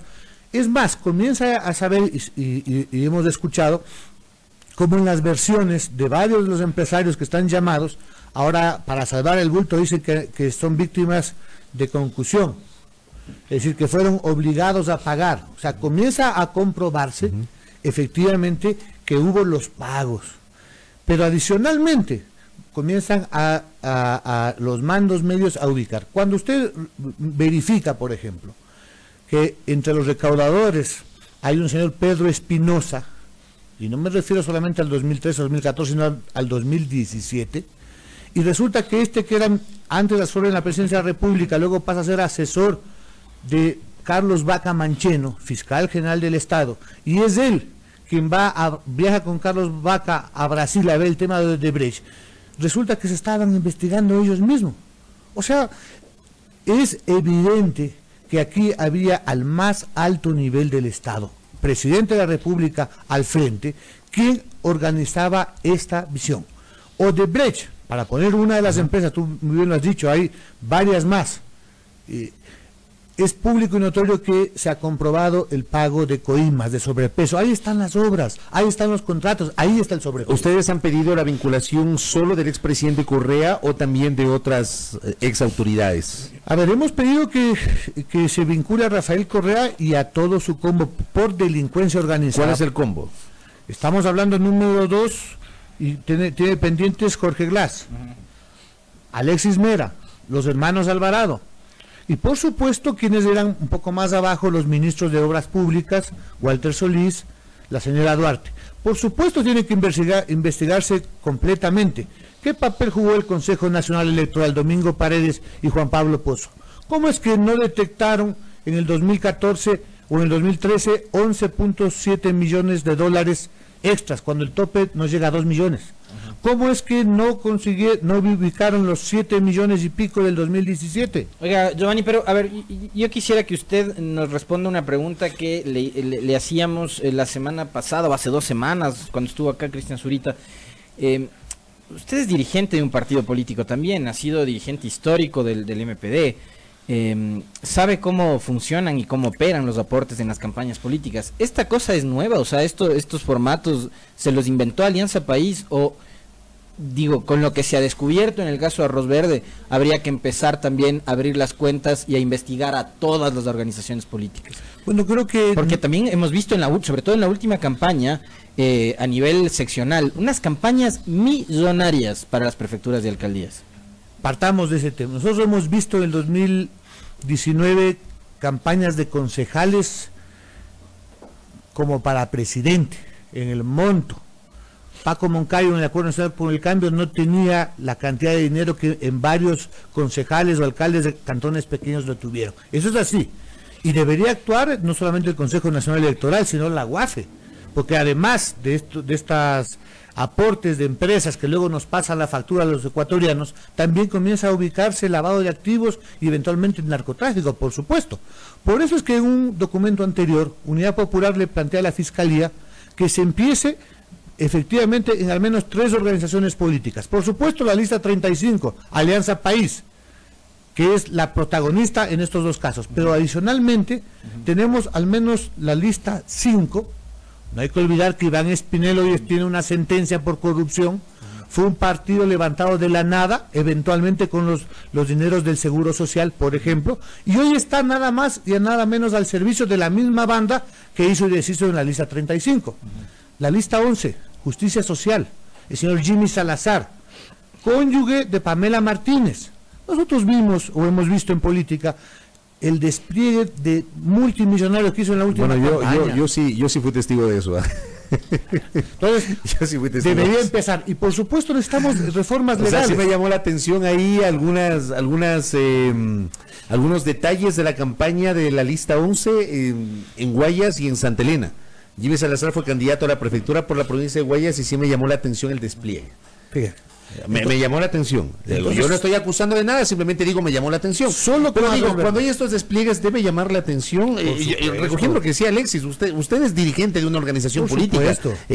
Con base en el financiamiento del despliegue, ¿uno puede presumir que hay un financiamiento ilícito, irregular al menos? Por supuesto. Primero porque el CNE debería establecer ahí unos límites del gasto electoral. Cuando se establece que hubieron aportes y doble contabilidad en Alianza País, no vayamos tan lejos, en el 2017 por más de 7.5 millones y el límite es 1.3. Eso se ve, eso se siente. Hoy se establece, los nuevos consejeros han planteado que hay doble contabilidad. El tema es por qué no actúan. La UAFE puede ubicar efectivamente los movimientos que existen en esas jurisdicciones. Por eso que con Arroz Verde, al menos 3 organizaciones políticas tienen directa relación. El esposo de la tesorera, de Pamela Martínez, lista 11. Todo quienes dirigieron Alianza País durante 10 años y que hoy están en la lista 5. Y si queremos ir más allá, por supuesto, acaba de hacerse público por la Contraloría cómo Avanza se nutría de los fondos del IES, de los trabajadores del IES, el señor Ramiro González. Y cómo incluso Richard Espinosa estaba creando al interior de Alianza País su propio grupo con aportes efectivamente ilícitos. Eso requiere obviamente una sanción. Una reforma al Código de la Democracia es urgente, porque ¿qué dice el Código actualmente? Que la infracción electoral caduca a los 2 años. Esto debería ser igual que el Código Integral Penal. Que no prescriba. Que no prescriba cuando hablamos de fondos ilícitos. ¿De qué sacamos ahora en el tema electoral? Más allá que lo penal, hay que ir hasta las últimas consecuencias, si el código prácticamente se limpia. Lo último, al no ser parte usted, al no ser sujeto procesal, ¿sí puede pedir la vinculación? Por supuesto. Tanto la Constitución como el Código Integral Penal se establece que quienes están en conocimiento de un ilícito y establecen efectivamente la condición, pueden solicitarle a la Fiscalía que actúe.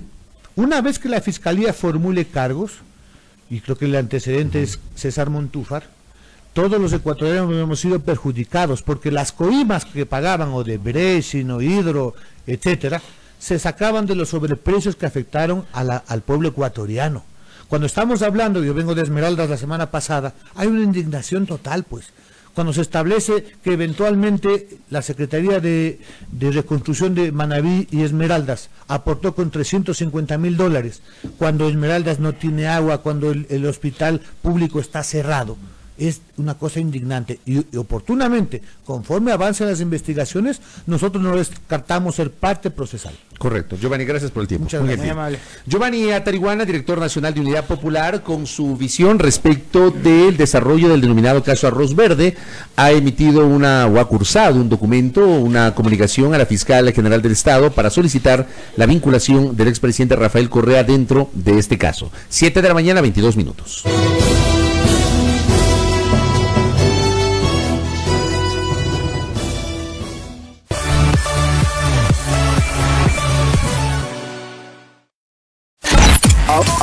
Ahora escucha Majestad FM.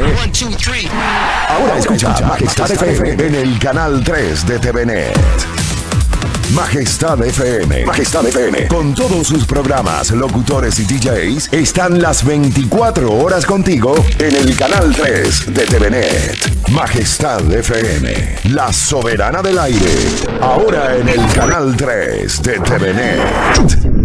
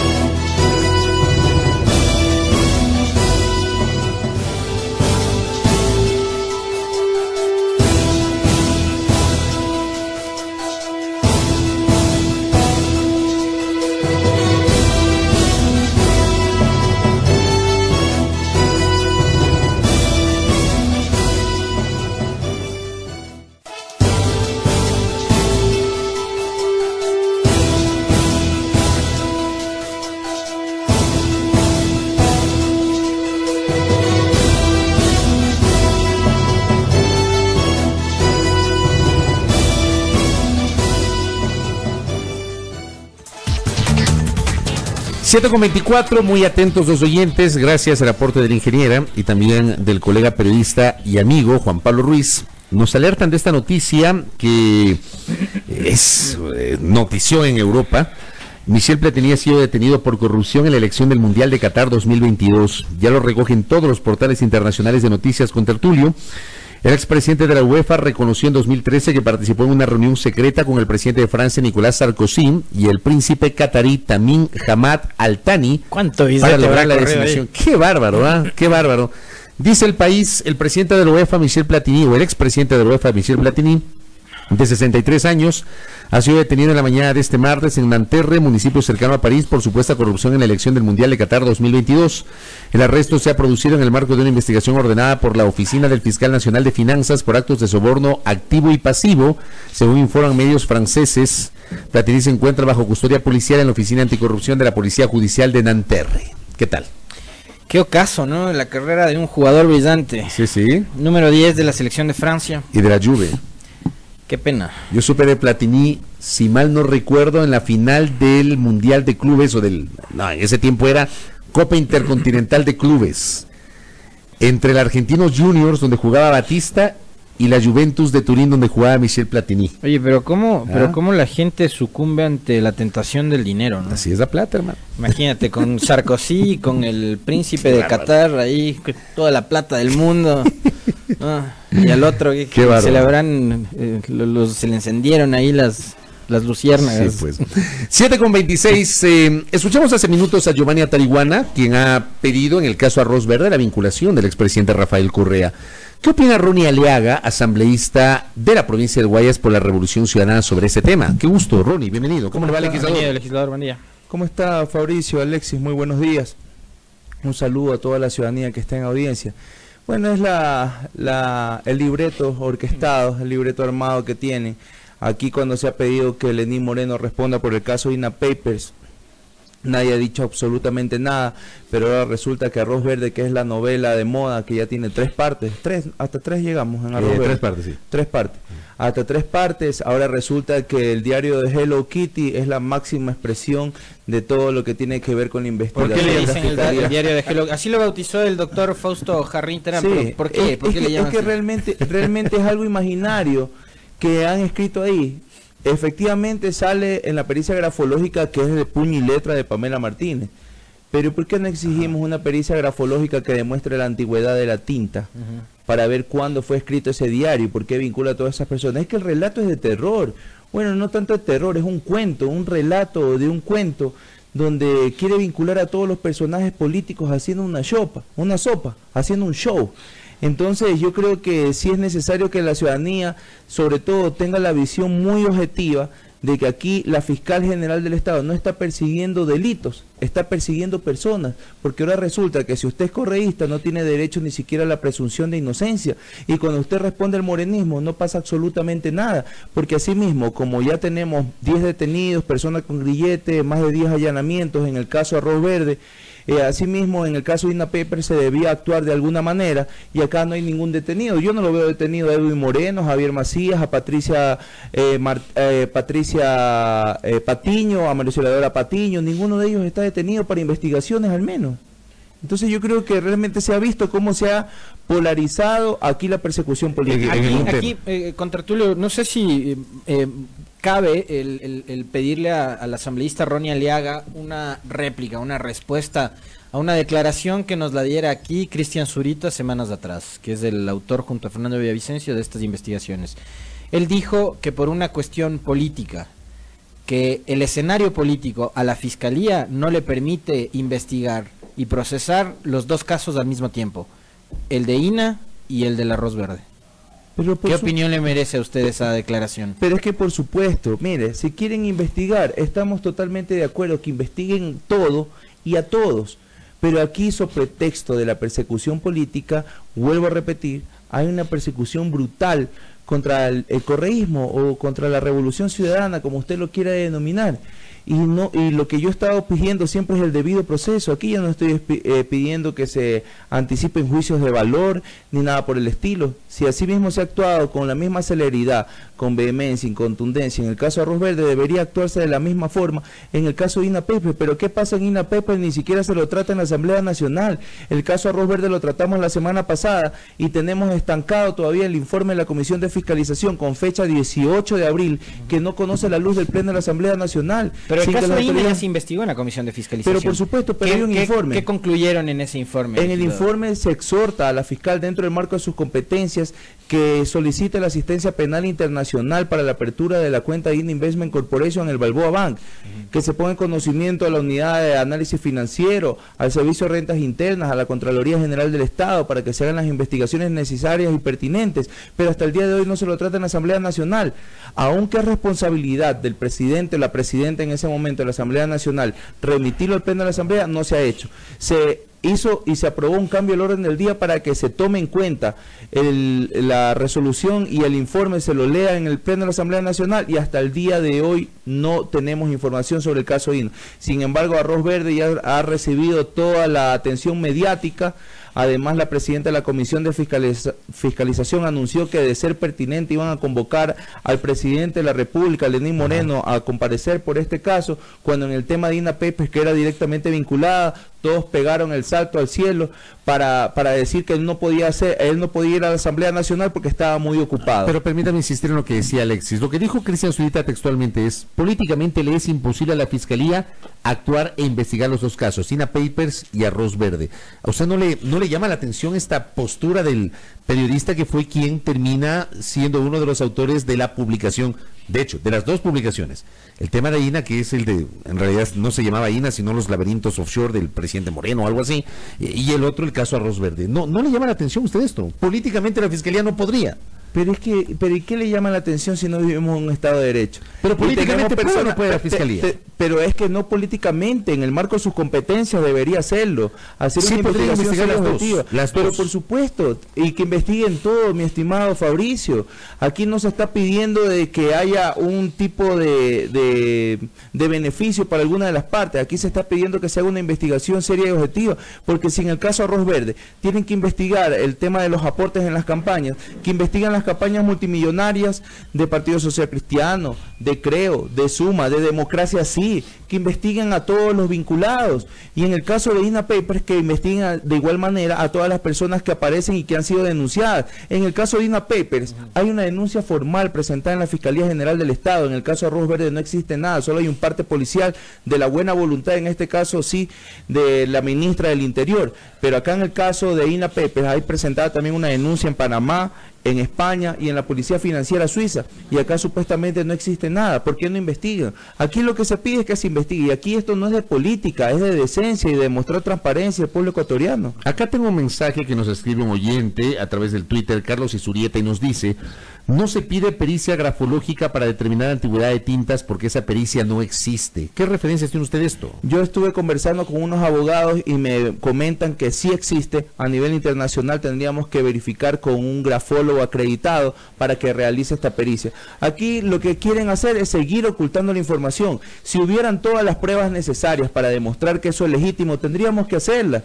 Pero aquí todos buscan desviar la atención, siempre hay una cortina de humo, siempre hay algún problema, nos meten temas sensibles en estos momentos de convulsión social para desviar la atención. Ahora resulta que el tema muy delicado que se está tratando, el matrimonio igualitario, lo utilizan como cortina de humo para ya anunciar que posiblemente se haga una consulta popular, pero para deslegitimar el Consejo de Participación Ciudadana y Control Social, que abiertamente, de una manera patriótica, asumiendo su rol histórico, está diciendo que van a hacer las cosas bien, que tienen que fiscalizar al transitorio, que tienen que hacer veedurías, que tienen que revisar los concursos de méritos y oposición, y sobre todo las autoridades de control que están en este momento. La investigación que usted ha pedido que se lleve a cabo dentro de la Asamblea y que usted acoge como una bandera de lucha suya, legislador, se origina también en una publicación de Villavicencio y de Zurita en La Fuente, que es la del laberinto offshore del círculo presidencial.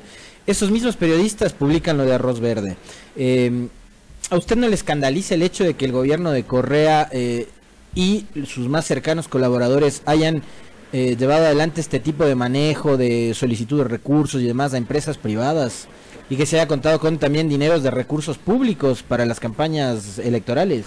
Mire, más allá de eso, en primer lugar, es que de los reportajes que hacen los señores Villavicencio y Zurita, no es del 100% la verdad. Pero usted está tomando uno de sus reportajes para investigar a Moreno. De referencia, pero esa no es la documentación total que yo he entregado en la Fiscalía General del Estado, además de las pruebas que yo sí he entregado. Documentación que tiene que ver con registradores de la propiedad, escrituras, mails, chat de mensajería instantánea. Cuando usted viajó a España logró obtener información y esa información la adjuntó dentro también está dentro del proceso, dentro del proceso. Entonces no es que es la investigación de ellos, es un trabajo dentro del marco de nuestras competencias que hemos desarrollado.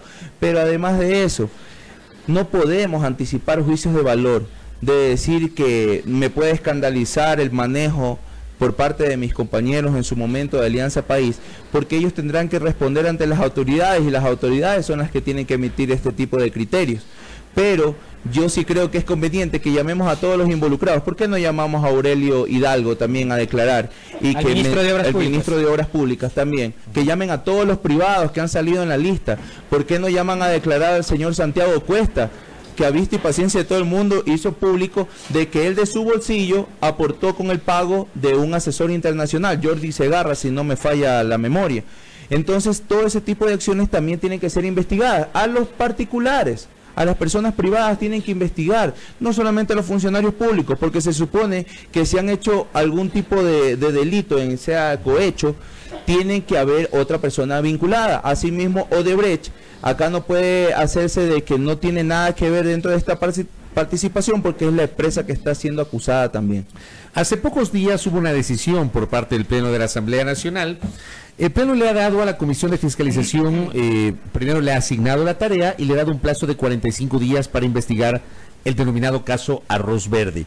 ¿Usted encuentra sobre este tema en particular y la decisión del Pleno, encuentra una diferencia con la decisión que también adoptó el Pleno de la Asamblea respecto del caso INA Papers, como se ha denominado? Por supuesto, acá sí van a... O sea, ¿no se ha dado el mismo tratamiento? No, por supuesto que no, acá se han dado todas las facilidades. Y digo, todos hemos dado las facilidades porque nosotros también con nuestros votos aprobamos para que se realice esta investigación, pero a diferencia de los otros. Lo que quiero digamos, es comparar si son procesos similares o para el caso de INA Papers, la Comisión de Fiscalización tuvo una tarea y unas limitaciones, y para el caso de Arroz Verde tendrá otra tarea con otras limitaciones. Bueno, más que limitaciones dentro de la Comisión de Fiscalización, en el caso de INA Papers, lo que tenían que buscar era cómo ocultar la información. Les molestó cuando hicimos yo hice la moción de la resolución del informe de la comisión, porque no sabían qué hacer. Porque yo propuse la parte resolutiva, que trataba de la apertura de la cuenta, exhortar a las autoridades para que estén en conocimiento, pero eso les molestaba. Esa sesión fue accidentada, duró casi 12 horas, y realmente era porque estaban en las negociaciones tratando de convencer al resto de compañeros de la mesa de la Comisión de Fiscalización, tratando de ocultar el tema. Y además que ese informe no se ha conocido en el Pleno de la Asamblea Nacional, y ya cumplimos un mes. No, 2 meses. Abril, mayo, junio. Sí, 2 meses. Ya cumplimos 2 meses y todavía no conoce la luz del Pleno de la Asamblea Nacional. Lo aprobaron a puertas del feriado de Semana Santa, si no me equivoco. Por supuesto. ¿No? Fue ahí, claro. Ya, entonces tratan de ocultar la información que tiene que ver con Moreno. Aquí el único responsable de toda la debacle que está viviendo el país tiene nombre y apellido, es Lenín Moreno Garcés. Una persona que está comprobado que goza de una incompetencia solamente comparada con su capacidad de mentir. Legislador, a propósito de la inquietud que le proponíamos hace unos minutos sobre la declaración de Cristian Zurita de por qué la Fiscalía para un caso sí ha sido muy diligente, muy proactiva, con mucha celeridad, ha empezado las investigaciones y para el otro no. Digo, ¿no cabría una llamada, una convocatoria a la fiscal Salazar a la Asamblea? Ustedes son el ente fiscalizador. Para pedir explicaciones y para que diga por qué en unos casos sí se investiga y en otros no. Pero ¿sabe qué? Más que llamar a la fiscal a la Asamblea Nacional, porque eso es un saludo a la bandera y siempre se hemos dado cuenta de cómo se dan la vuelta los funcionarios que son convocados. Yo creo y tengo mucha fe en el trabajo que puede realizar el Consejo de Participación Ciudadana y Control Social, que también haga un exhorto a las autoridades que en este momento tienen que hacer una investigación seria y objetiva. Pero ahora la opinión pública se las va a montar en contra del Consejo. Pero y van a deslegitimar al consejo. Mire, ya hablan de que es un consejo deslegitimado. La ya Guillermo pública, Lazo salió a decir que Tuárez es un cura mentiroso, etcétera, mire, etcétera. la opinión pública no es Guillermo Lazo. La opinión pública no es Guillermo Lazo. La ciudadanía común, la ciudadanía de a pie apoya el Consejo de Participación Ciudadana electo democráticamente. Aquí Guillermo Lazo, una persona descalificada.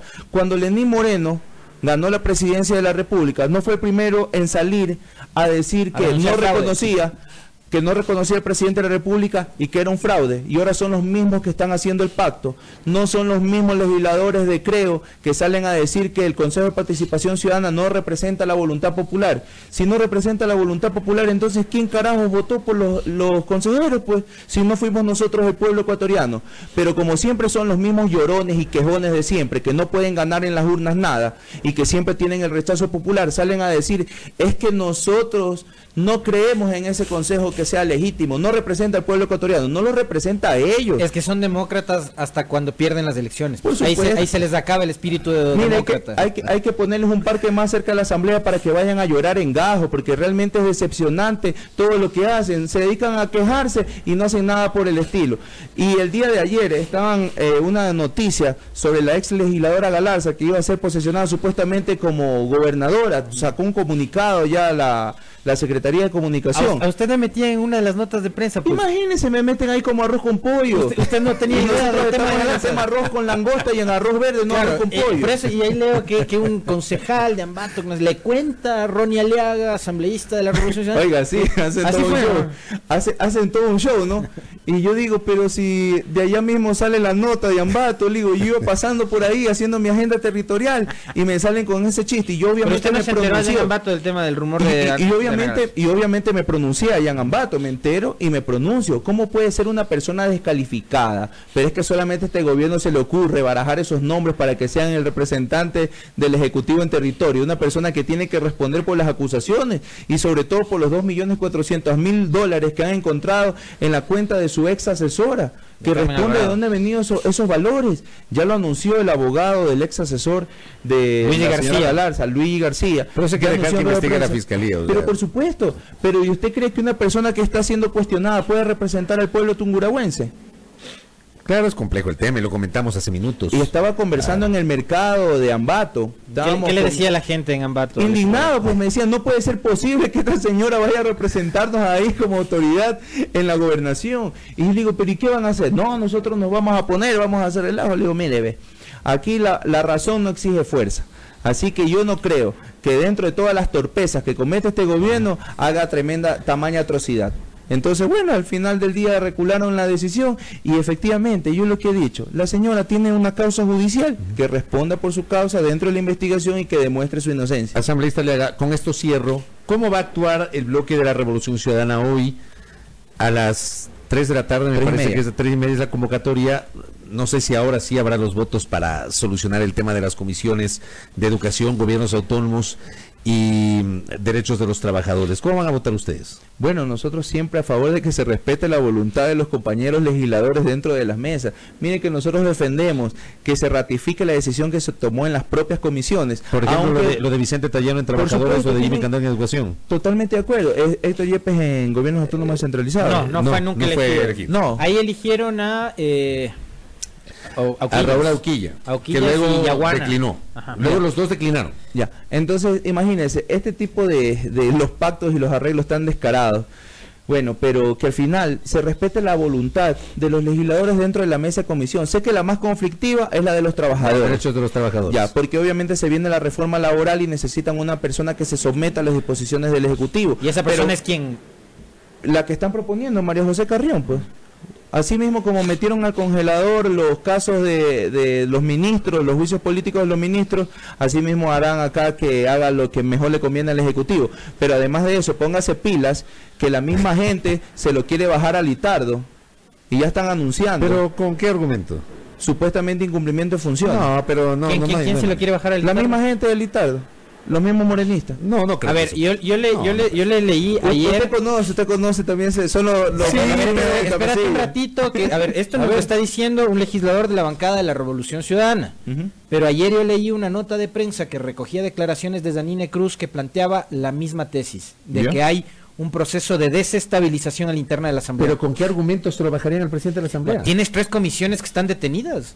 Y me parece a mí que hay otra vez, lo mismo que el periodo anterior, una ausencia total de liderazgo.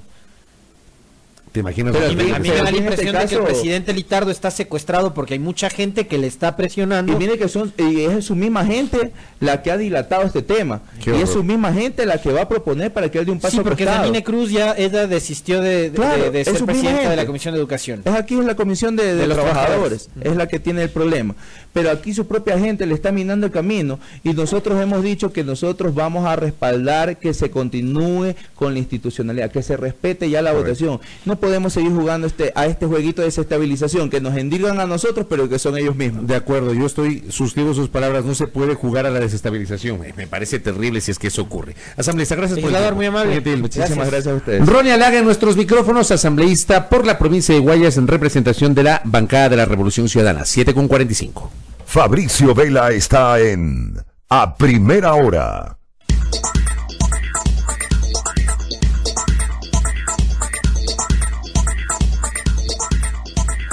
Buena Pascua el contertulio. Déjeme recordarle, contertulio, que 365 noches tiene el año, leyendo cuentos a niños para dormir es la labor más linda del mundo y merece ser reconocida. Por eso Pacificar te trae la promoción, un gran premio de $30,000 para papá y mamá. Todos tus consumos desde $50 con Pacificar débito y crédito hasta el 30 de junio de 2019 participan para ganar. Tus diferidos tendrán doble oportunidad. Pacificar, historias que vivir. Banco del Pacífico. Aplican restricciones. El siguiente segmento tiene contenido y informativo. Uno prepara el día. Previsiones informativas para la jornada de hoy. Vamos con algunas previsiones informativas para la jornada del día de hoy. El presidente Lenín Moreno tendrá actividad en el Palacio de Carondelet, 11:45. La reunión con Mark Combs, el CEO del grupo Ashmore. Esto será en uno de los salones de la Casa de Gobierno en el Centro Histórico de Quito. ¿Qué más tenemos para el día de hoy? Invitación del Consejo Nacional Electoral, Instituto de la Democracia, Instituto Nacional Demócrata, a las mesas de diálogo, perspectivas sobre la política nacional y reformas electorales a 40 años de la democracia en el Ecuador, de 8:30 a 13 horas en el Hotel NH Collection en Quito, en la Cordero 444 y Avenida 12 de Octubre, con la participación de las principales autoridades de la función electoral. Agenda del señor vicepresidente de la República, Otto Sonnenhorstner, cumplirá agenda acá en la capital de la República a las 9:30. Participará del evento denominado España-Ecuador, Paternariado Multilateral para el Desarrollo, en el Hotel Hilton Colón Salón Los Iris, en el centro norte de la capital. 10 de la mañana, Servicio Nacional de Gestión de Riesgos y Emergencias, con la presencia de su directora, Alexandra Ocles Padilla. Rueda de prensa sobre la situación del Servicio Integrado de Seguridad ECU 911, será en las instalaciones del ECU en el sector de Ichimbía.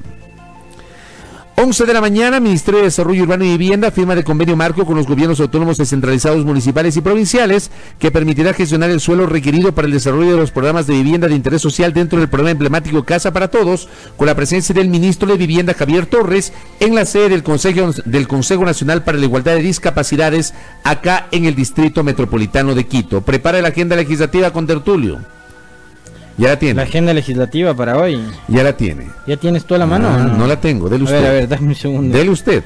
Por aquí está, a ver, agenda Póngase para pilas con hoy. tertulio. Martes 18 de junio, 8:15, Comisión Ocasional para atender temas y normas sobre niñez y adolescencia. Recibe Verónica Espinosa, ministra de Salud Pública. A las 9:30, sesión número 601 del Pleno de la Asamblea Nacional. Conocer el informe para primer debate del proyecto de ley reformatoria de la Ley de Fomento Ambiental y Optimización de los Ingresos del Estado, que tiene que ver con la supresión del impuesto verde. 3, proyecto de resolución para solidarizarse con la asambleísta Marcela Holguín, quien fue víctima de violencia política en redes sociales. A las 11 de la mañana, rueda de prensa de la asambleísta María José Carrión junto con representantes del Consejo Nacional de Pueblos Montubios del Ecuador. Montubios aquí está mal escrito con B y es con V. Ajá, es con V.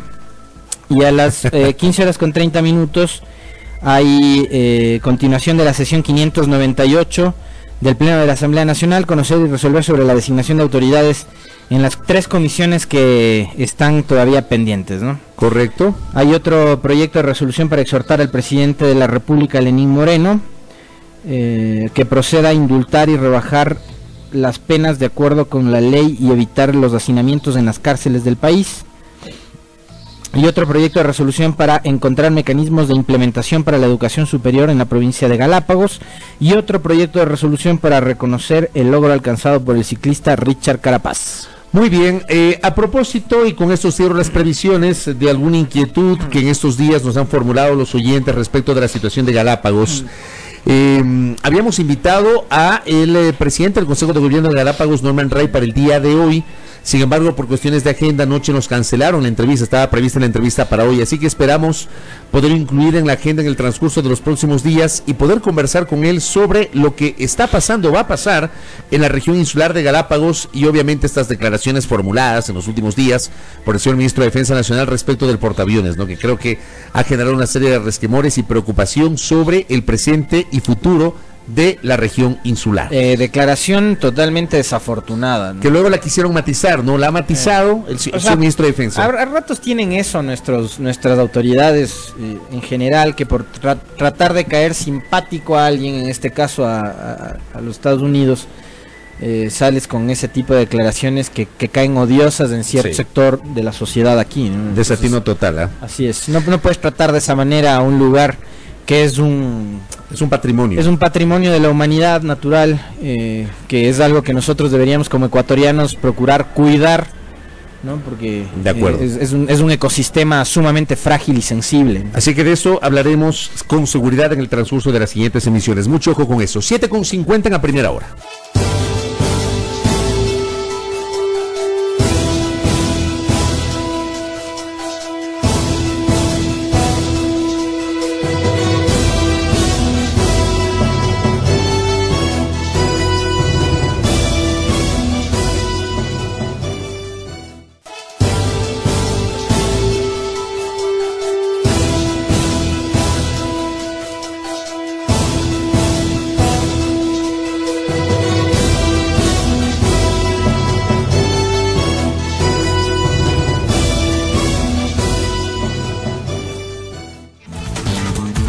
Muy bien, recta final de la primera hora. Aprovechamos los minutos que nos quedan para dialogar con Juan Manuel Mantilla, gerente de Móvil de Nord, empresa pública. Bienvenido, buenos días. Bienvenido. Buenos días, muchas gracias, un gusto estar aquí y estamos justamente en algunas acciones del día de hoy. Vamos a estar en la Asamblea Nacional porque vamos a retomar un pedido.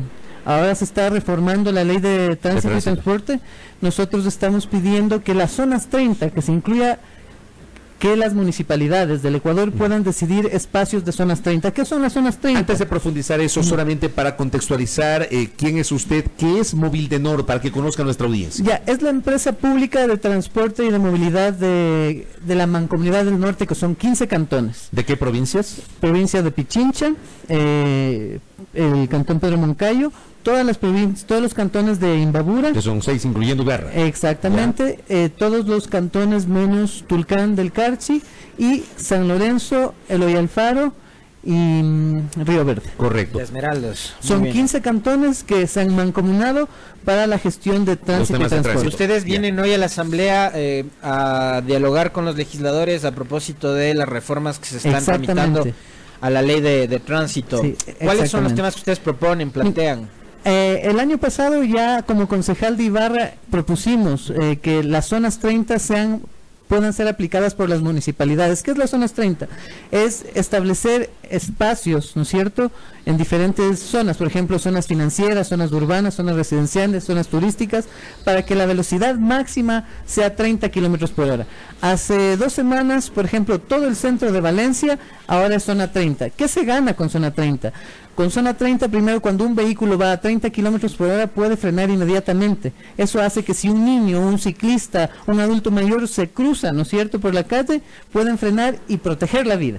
Nuestro objetivo en la empresa es generar protección de la vida, pero además, por ejemplo, en un centro histórico, esto hace que se convierta más comercial, porque a los carros, al ir despacio, hace que la gente pueda ver mejor qué hay en las vitrinas, existe menos ruido, el peatón está más seguro y hace ciudades que sean mucho más amigables. Entonces estamos proponiendo que las municipalidades, y que conste en la ley, puedan decidir y establecer zonas 30 donde se crea necesario, ya sea para proteger la vida o para mejorar el nivel comercial de estos sectores. Pero eso sería en las zonas urbanas, desde luego.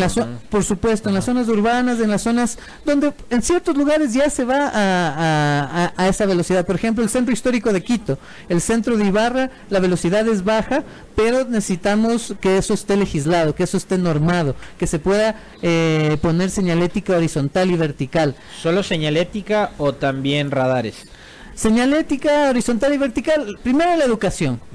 Y también en un futuro, como en ciertas zonas se puede poner en los semáforos. Porque hay una experiencia que es medio negativa, el contertulio sabrá muy bien, que es la de Ambato.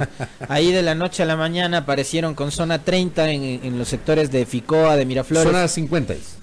Al principio era 30, señor. Ah, mira tú. Claro. Y entonces ahí uno incauto, cuando pasaba por ahí para ir a la provincia de Bolívar, resulta que uno iba a 50 y ya le clavaban la multa.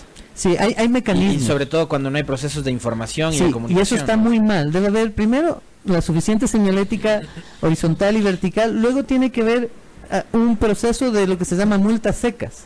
O sea, ¿Qué es la multa seca? Donde se le envía la notificación, pero no está el cobro. Ya. Se dice, mire, es como una advertencia. Durante unos 3 meses, por ejemplo. Y eso ayuda a que la gente sepa, mire, aquí, la próxima vez me van a multar. Entonces, el tema es que en Ambato se fueron a la exageración, ¿no? Alguien iba a 51 kilómetros por hora y 300 y pico de dólares de multa.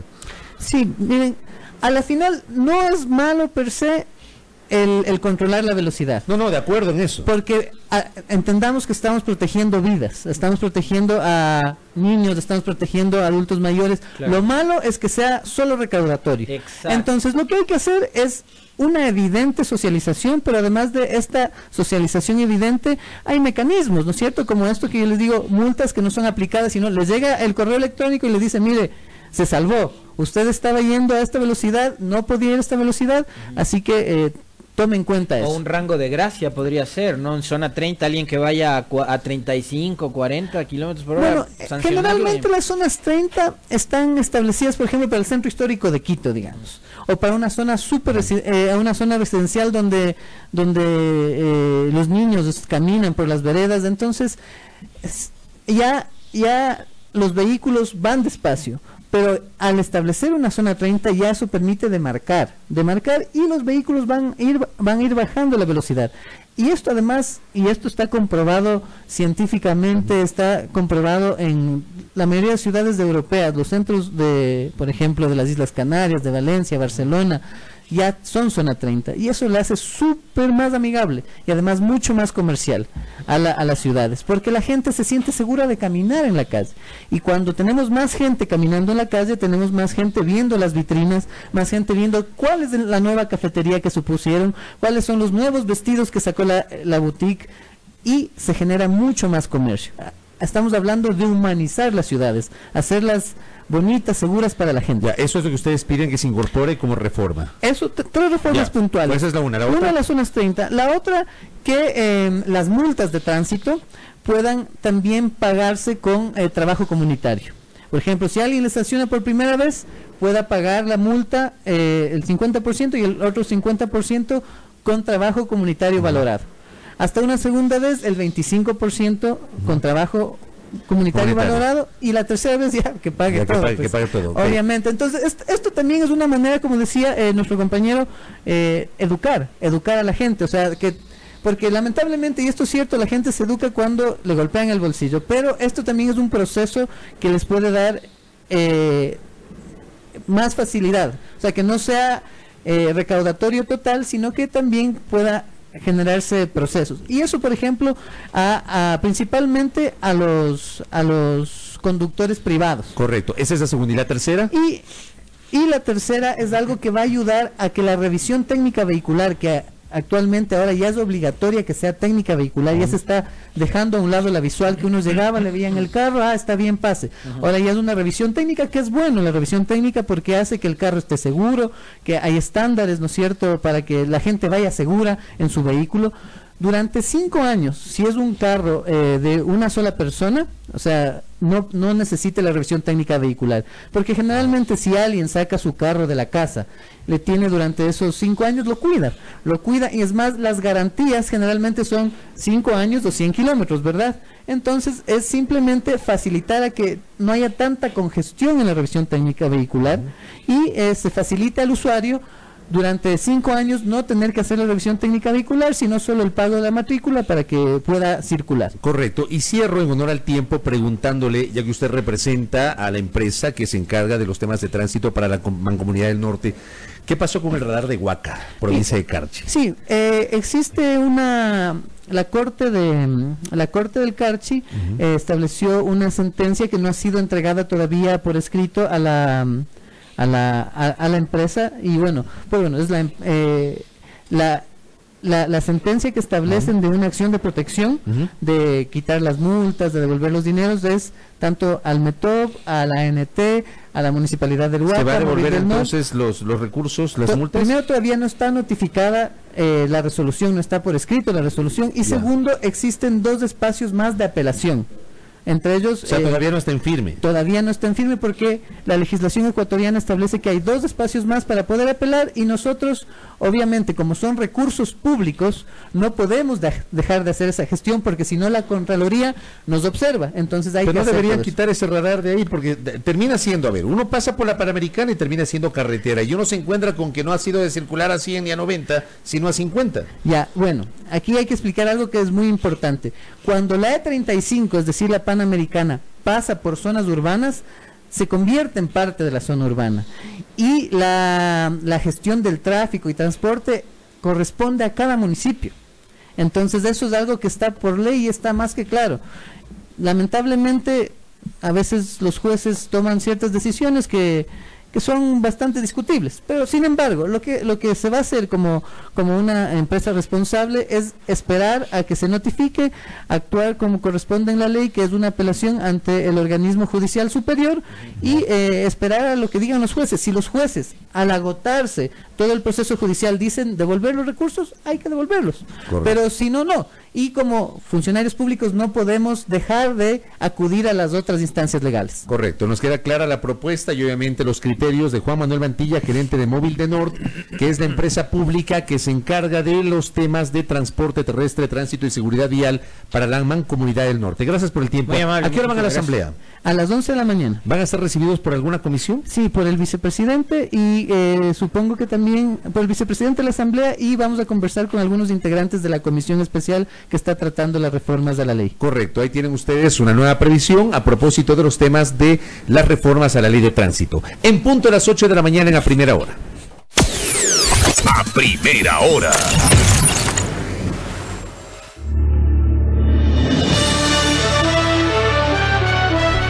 No hay tiempo para más. Ayer los japoneses cayeron 0-4 ante los chilenos en el mismo grupo de Ecuador, así que digamos que para matizar un poquito la goleada que recibió Ecuador el último domingo, ayer los chilenos le dieron la misma dosis a los japoneses, y el viernes Ecuador se enfrentará a Chile. ¿Nos darán la misma dosis? Vamos a ver, ojalá que no. Buena jornada con Tertulio. Nos despedimos, un abrazo, hasta mañana. Ya están los chicos integrantes de Locos por la Radio, liderados por la diva Ibis Vega, que ya está acá, y DJ Line con nosotros, y a primera hora, Dios mediante, también está Vanesita. ¿Dónde está el doctor Marcelo Fonseca? Dile cómo sabes decir la Vanesita. Vanesita. Un abrazo para todos, con nosotros Dios mediante, será hasta mañana. Hasta mañana.